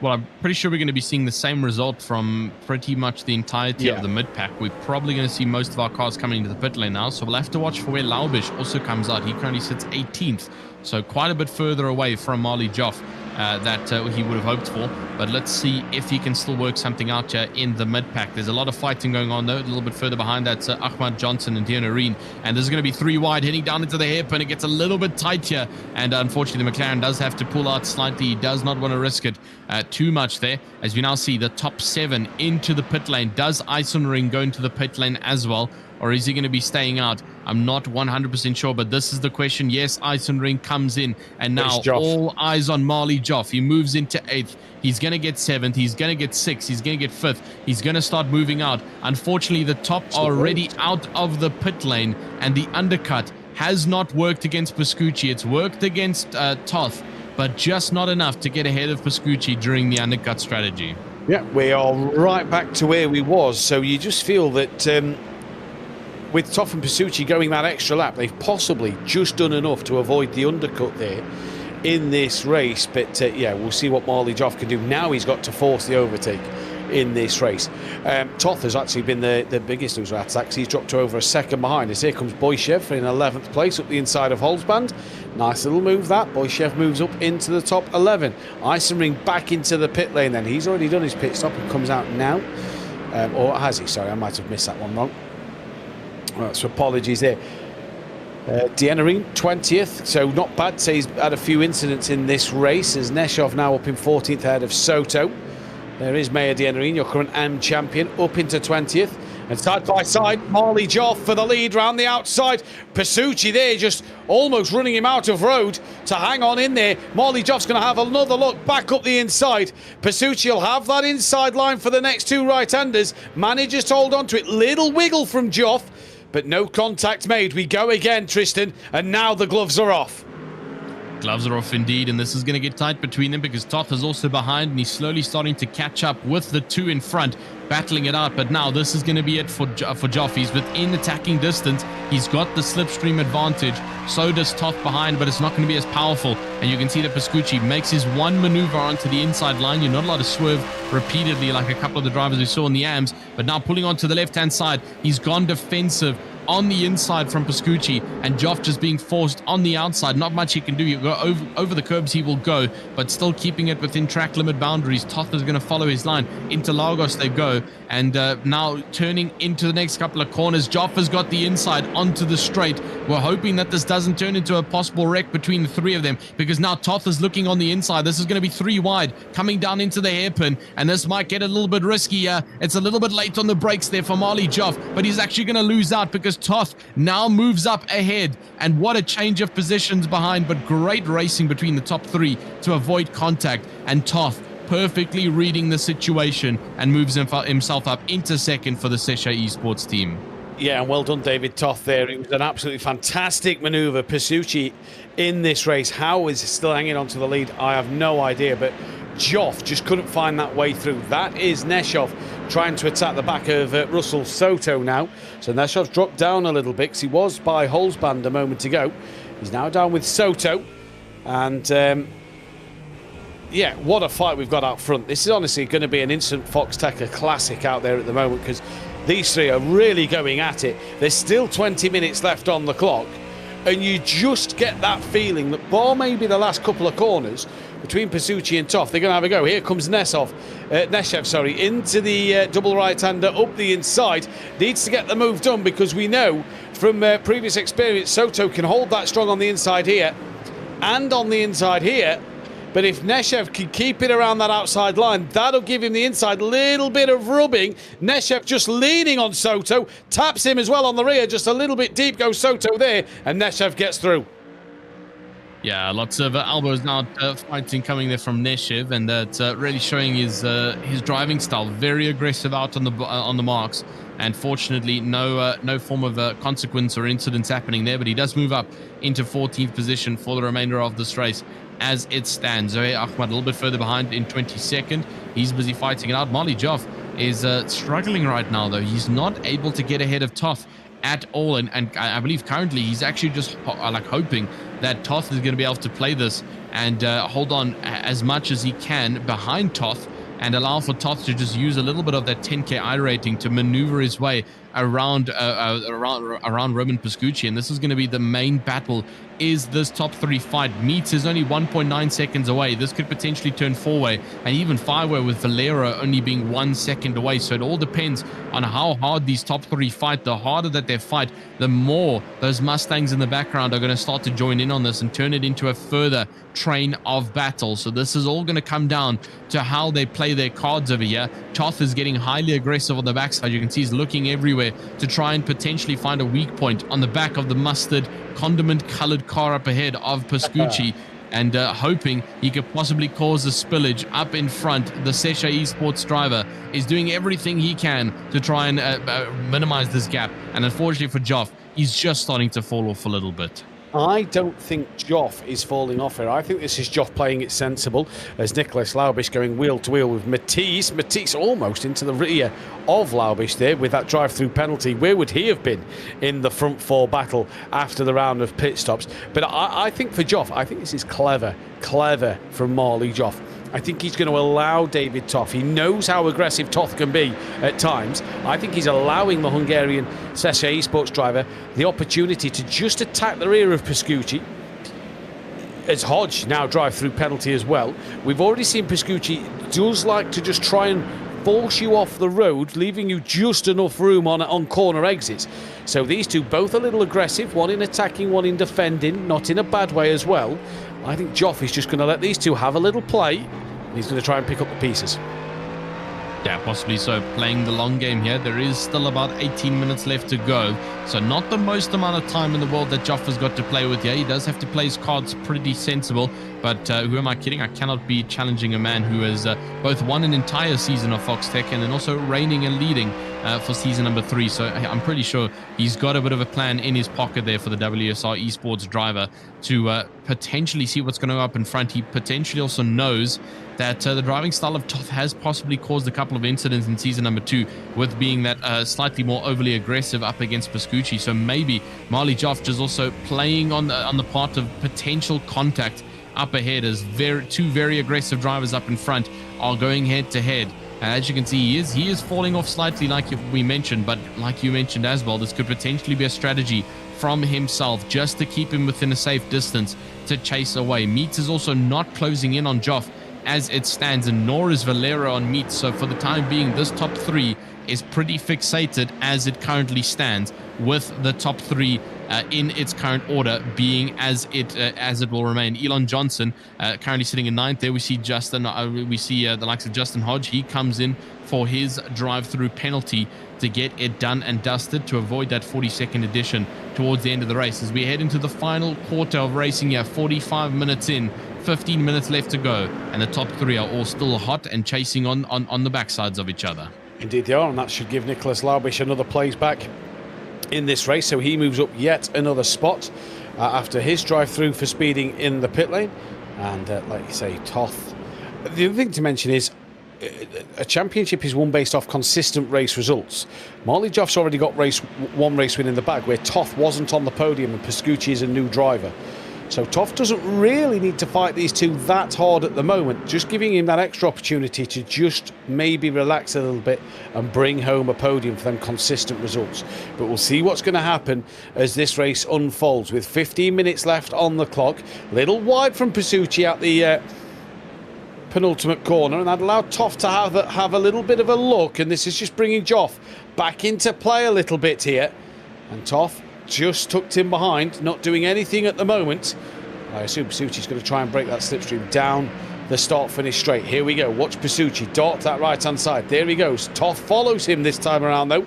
So Toth wanting the slipstream now. You can barely see the SDK Esports livery from behind the condiment-coloured Argentinian driver out front, as Toth into turn 1. Still no looks at the moment. Toth playing the patient game.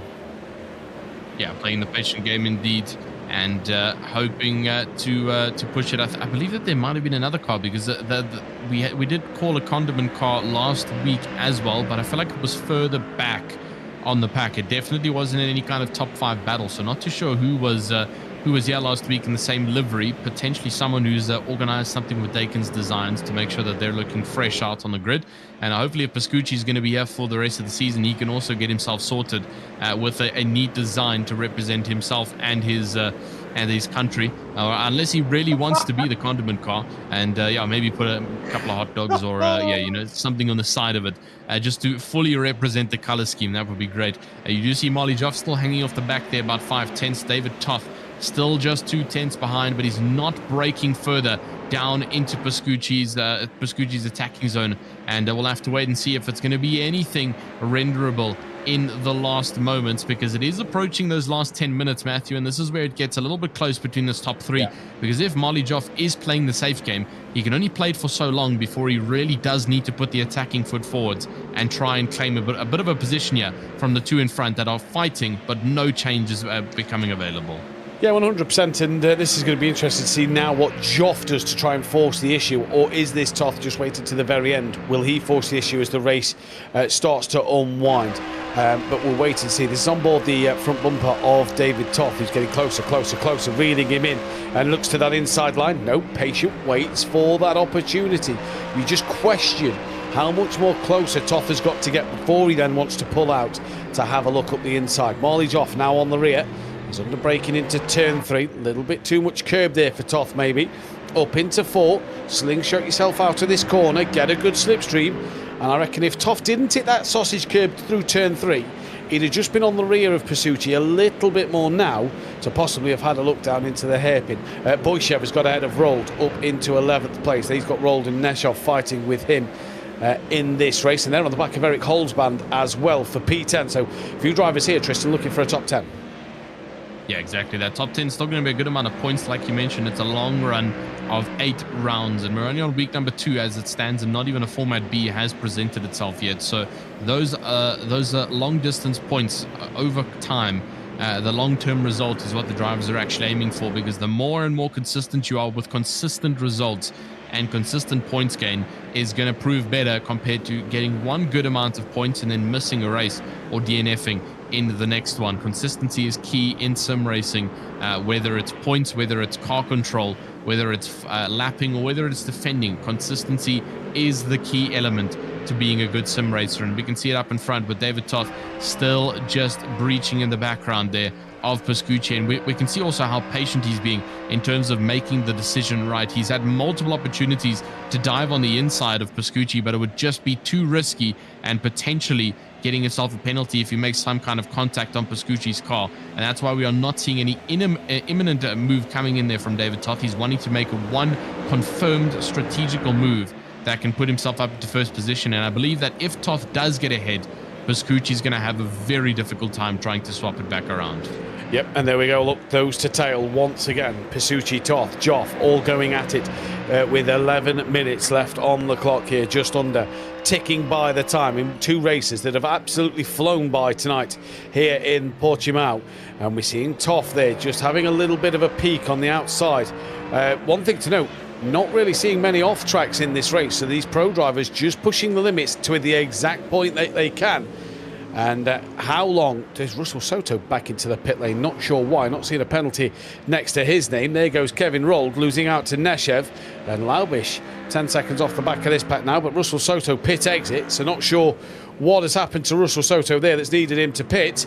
But he's had to come in anyway. As Toth within that 2/10. If Joff is waiting, he might want to rechange his strategy now, because it's just not happening from Toth. He's just not looking to try and open that door yet. Yeah, and I mean, we've just gotten into the final 10 minutes of racing here, so if something needs to happen, it really does need to happen now, because it is the final closing moments here. Just only about 4 to 5 laps that will be lapped in the next coming moments, and that's all that it's really going to be for the remainder of this race, with it only being 10 minutes left to go. But Joff is potentially also just playing the long game here. Like we mentioned, those points in third position are still going to contribute to his current leading stand in the championship, and he might think that challenging that top 2 is a little bit risky towards his car control, and could potentially result in a bit of an incident if all 3 of them try and bunch up together. So Joff maybe just playing that close game. Like we mentioned, Meets is not catching up to him behind. It's been 1.4 pretty consistently now for the past couple of laps, and so Joff is actually just maintaining now for the remainder of this race, waiting for something to potentially happen up in front. He'll take the extra points, but I don't think Joff is chasing it like an extremely desperate point chaser at this point in time. I think he's actually just relaxing in third, knowing that he's got a secured amount of points. He's kept his incident points low as well, and just bringing it home for a long-term good point generation that'll bring him closer to the victory after round number 8. Consistency wins a championship. The last thing he'd want to do is get involved in an incident that tumbles him down the order and just makes that points tally a little inconsistent. Neshev gaining on Holzband here. This is Boyshev on the back of Neshev in front as well. You've got Kevin Rold just further back.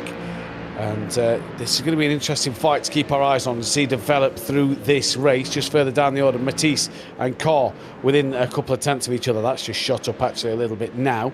And then we've got Eisenring, Ahmed and Dunnit as well.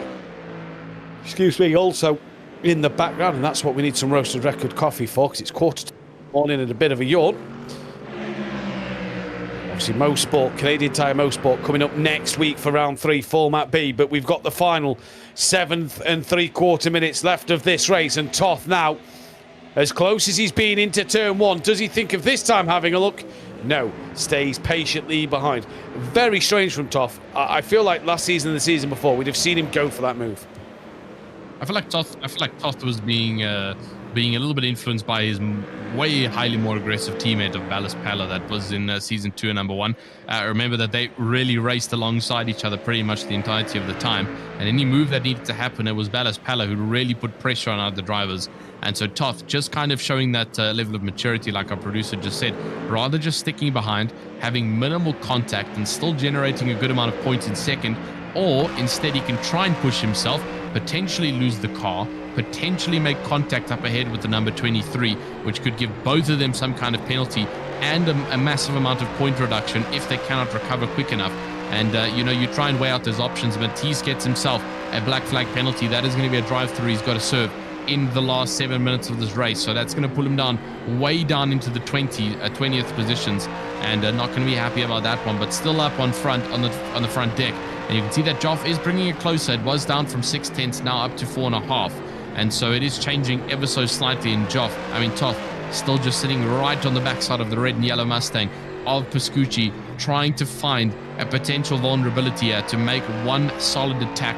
But he's got to watch out from behind because Joff is also waiting for something to happen up in front to try and jeopardize on it. Yeah, indeed he is. And Toth running out of time now. 6 minutes on the clock it will be as they come across the timing line in just a few seconds' time.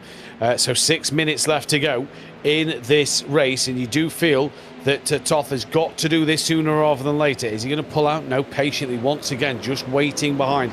I think he's looking to possibly do this on that back straight on the final lap, just to try and not give any slipstream away on that on this section of the track they're going to now, on that final lap.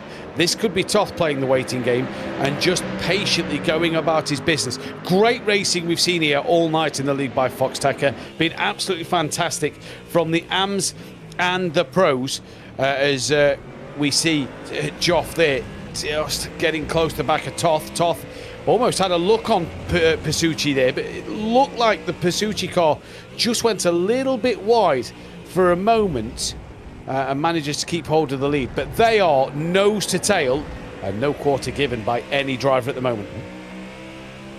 Yeah, no, nothing at all. Toth is quite close now in the middle sector, actually breaking down even below 1/10, so to 900ths of a second, but it's still just not enough. Matisse obviously coming into the pit lane. He's serving that drive-through penalty that he's received. 5 minutes left on the clock now, and that top 3 is left with just about 4/10. Toth goes for the dive on the inside, though, into the next corner. He is going to be on the outside, but he's got a good amount of rotation on the outside now of Pascucci. The question is Joff going to try and counter this and watch for a possible overtake? Unfortunately, just not enough for Toth to get around in the outside line, and I was going to fight harder, but here comes Joff under 1/10 away from Toth. If the two of them fight, they've sealed their fate for chasing down on Pascucci. They've got to watch out for it, as we do now see Joff and Toth, obviously all of them switching around, and Pascucci trying to break the slipstream. They're all under 0.2 of a second between each other and waiting for a potential overtake to come in here. That was the closest moment we had there, with Toth making the dive and Joff just still playing the patient game, actually almost bump drafting on the backside of Pascucci there. It is incredibly close between the top 3. And this is the stage of the race. This is Neshov on the back of Holzbahn. Down the start-finish straight they go now. Neshov in the white and gold and black liveried car, trying to attack Holzbahn, looking around the outside of turn 1, the Super Phase car. It's the Lion versus the Falcon, and it's the Falcon who might just come out on top with the inside line into turn 3, but the Lion trying to roar on by. Will have that inside into turn 4. Does he get the momentum out the corner? No, he not necessarily does, because Holzbahn sticking with him side by side down the back straight. There you go, still together are these two. Kevin rolled in the background, waiting in the wings to see if he can get a move done. Up and under maybe for Holzbahn. No, Neshev through, P10 for him.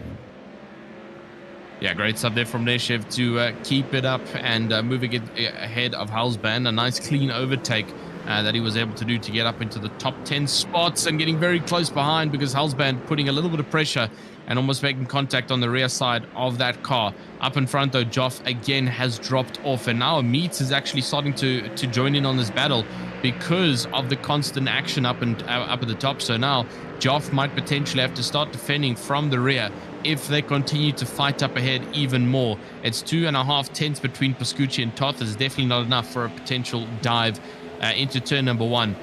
But just about 2.5 minutes left to go. This is getting into the final closing stages of the race now, and Pascucci has led this from start to finish.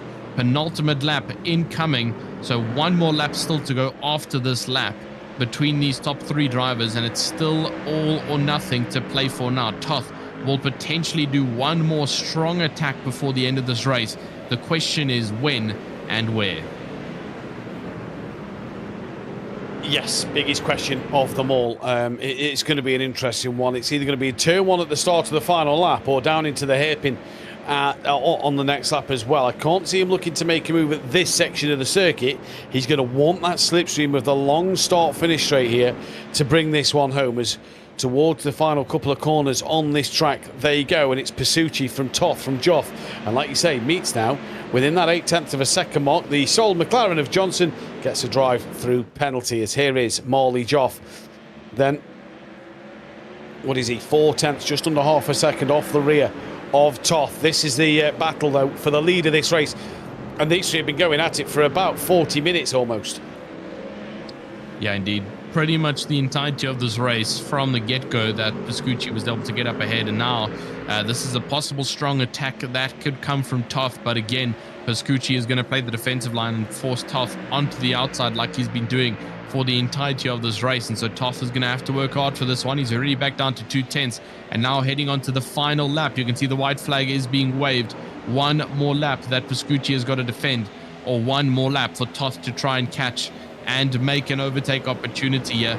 Definitely not at turn number 1. It's just not close enough, and Toth is going to have an incredible mid-sector if he wants any chance of getting up ahead of Pascucci into sector number 3. It's going to be the only chance that he's got to try and get ahead of the condiment car, or else he's going to have to sit in second and just wait it out and just receive the second place points, with Joff being behind in third. Ready for this coming at the final couple of corners. Get ready for a dive coming from Marley Joff. This is going to be a crucial race to see what's going to happen. This is going to be crucial moves from Marley Joff from David Toth, sorry, to see if he can get it done, and maybe Marley Joff to possibly get that race win. Looks pretty comfortable in third, looks happy in third. The question is, every racing driver wants to win. Who will win this race? As you can see, Toth, is he going to look for a move here? Not this one. 2 corners time, out of here, you climb back up the hill after going down. He's looking to set him up and get that run underneath. Is it going to be a dive up the inside at this corner now? David Toth, has he looked for that move? No, he hasn't. Is that the race done and won for Pascucci, who goes a little deep? That'll defend the inside line. Toth being pushed a little bit wide now. This could invite Marley Joff into play at the penultimate corner of this race. It doesn't though. He waits in behind. Need a good slingshot out of here. The line comes up pretty quick, and this looks like it's going to go the way of Pascucci to win after taking pole. Been on the back foot, but Roman Pascucci wins the second race of the season from David Toth, Marley Joff, and then that of Rodrigo Meets. But what a race here at Algarve. Yeah, incredible challenging coming from those top 3. Gael Valero getting 5th, Muscolino 6th, with Gabrovski in 7th. And the rest all still busy following in the wake of the top drivers. But what a great defense masterclass coming from Pascucci. He really had to put the forefront forward ahead of Toth and Joff to keep himself ahead at the end of this race. And you can see just how slow he's going, how tired he must be of just defending. Dio Nareen gets a drive through on the final corner, and this is the second driver from the AMs and now into the pros as well. And unfortunately for Mayadeen Nareen, that is going to be 40 seconds added to his total clock. That's going to move him down quite a drastic amount, all the way down to where Julian is down in 24th position. That is not looking good for Mayadeen Nareen, and just not catching a break in the pro class. No, he's not. He's going to go in and try and serve this drive-through penalty, which sadly I don't think he'll be able to do, because there he's crossed the line now. So, yeah, shame for Mayadeen Nareen. who will fall further down the standings in this race. Battle happening here. Russell, Soto and Sierra. Soto made that second pit stop, but will hang on for 22nd place. Just Julian, Johnson and Cuthbert to finish this one. And then that is the end of the day's proceedings here at the league by Foxxtecca. We will see if we get any drivers in for a chat. In fact, we have got somebody in there, which, Tristan, if you don't mind, I'd like to do that one potentially. But we will wait till the end of this and get the final classifications as the final drivers cross line. We did lose Jones and Ivanov as well, a spectacular incident there from Johnson. But the final results for the final time this season will get on screen in just a moment's time. And what an absolutely epic race. Roman Pasucci wins 2.5 tenths from David Toth. Marley Joff was P3, only 2 tenths off the back of Toth. Rodrigo Mates was only a couple of tenths off the back of Joff, with Valero, Muscolino, Gabrovski, DeSantis, Johnson, Neshav, Holzband, Kevin Rold, Boyshev was 13th, Nicholas Laubish 14th place after the drive-through, Tyler Carr, Justin Hodge, Ty Dunnett, Zoe Ahmed, Eisenrig, from then Matisse, Soto, Sierra, Julian, Johnson, Deonorine, Cuthbert, Jones and Ivanov down the bottom of the order. Yeah, what an incredible night of racing we got to experience here. It's a little bit of a 4-pack there of Mustangs taking it nice and slowly back to the pit. Looks like the Blue Angels on track.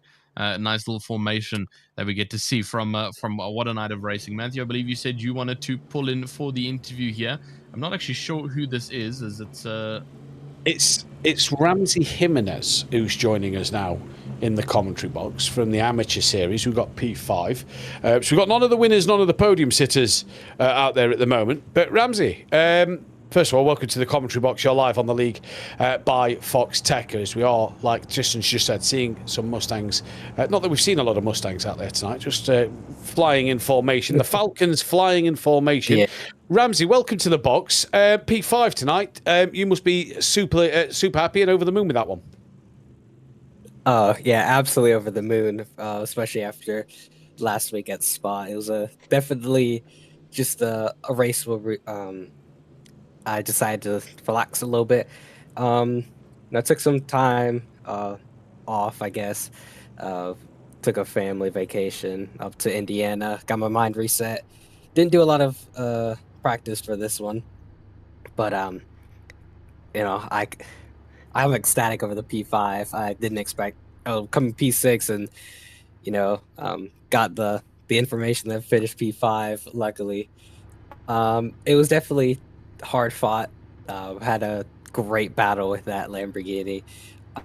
I was a little bit annoyed, but at the end of the day, that was some great battling. It was a little bit of argy bargy, and some every now and again a little bit aggressive on the defending. But even after that, I was after the race, I was smiling ear from ear, and I just couldn't believe it. It was a big effort from a lot of the guys at Lap Legends. Especially 2 of them, Chris and Gaz, who stayed up way too late to just help me through that race, coaching me every along the way. I think we probably could have been a little bit closer towards the front if it wasn't for just me not knowing where my box was. It was a small hiccup, so I lost a couple seconds in the pits, but I didn't speed, and that seemed to be what helped us out. Got a couple speeding people ahead getting speeding penalties and making all sorts of mistakes. I think someone was on wets at some point that I got information from, so that was we laughed about that for a little bit. No offense to them, just kind of like something you don't see or hear often, that someone made that mistake. So I feel really bad for them, but I thank you to everybody in the AM series for making this a great race. I couldn't be any happier than that. We head over to Canadian Motorsport next week for the B format, so a 25-minute sprint race and a 30-minute feature, in which I don't believe there's any pit stops. So thoughts going into that one next week? That's Not really. It's definitely not a circuit that I've driven often. I think I've only done maybe like 3 laps, and that wasn't even in iRacing alone. So I don't really know the track too much, but I'm gonna put in the practice, and I'm just gonna say, let's just full send it. I'm gonna go through and be aggressive, get in there. Well, reasonably aggressive, not as Spa was. Let me clarify, not as Spa. And finally tonight, is there anybody you'd like to thank? I can't. I can't thank them enough, honestly, to everybody. Lap Legends Motorsport, the team that I'm running with, tremendous effort from them, and thank you to the partners, Simplay Motorsport. You know, a lot of support from them as well going into the season. Design Manchester. It's just been awesome. We also have I also have to thank Gazgub Designs, who's made this awesome livery that we're running, and on top of that, going into Canadian Tire Motorsport Park, we are possibly going to be running a special livery for that one. So that's the plan for us. And then to end off, Simpson, with their sim racing equipment. So yeah, I think that's everybody that I can think of. Well, congratulations tonight, Ramsey. That was a great race from yourself, and we'll see you next week. All right, thank you, Duffin. Well, I know him personally, and we nicknamed him Gordon for that reason. So yes, I nearly called him Gordon Ramsay. He duffined me there at the end, Tristan. That's crazy. Yeah, he did. Lack of respect. The duffin, man. Oh, it's shocking. But what a night, excuse me, of action here in Portugal. Tristan, been fantastic once again. Yeah, absolutely. Been a fantastic night of racing yet again here at the league by Foxxtecca for season number 3. Thank you yet again for joining us for round number 2. Like we've already mentioned, we head to Canadian Motorsports Park for round number 3, B format, which is going to be incredible with obviously the sprint and the feature, and I believe a bit of a reverse for the feature like we usually have in the previous round. So definitely looking forward to that one. Indeed we are. We head to Canada for week number 3 here at the League by Foxxtecca. We hope to see you all there. But from me, Tristan, and our fantastic producer once again, comedian Jim Cunningham, we'll see you next week. Goodbye.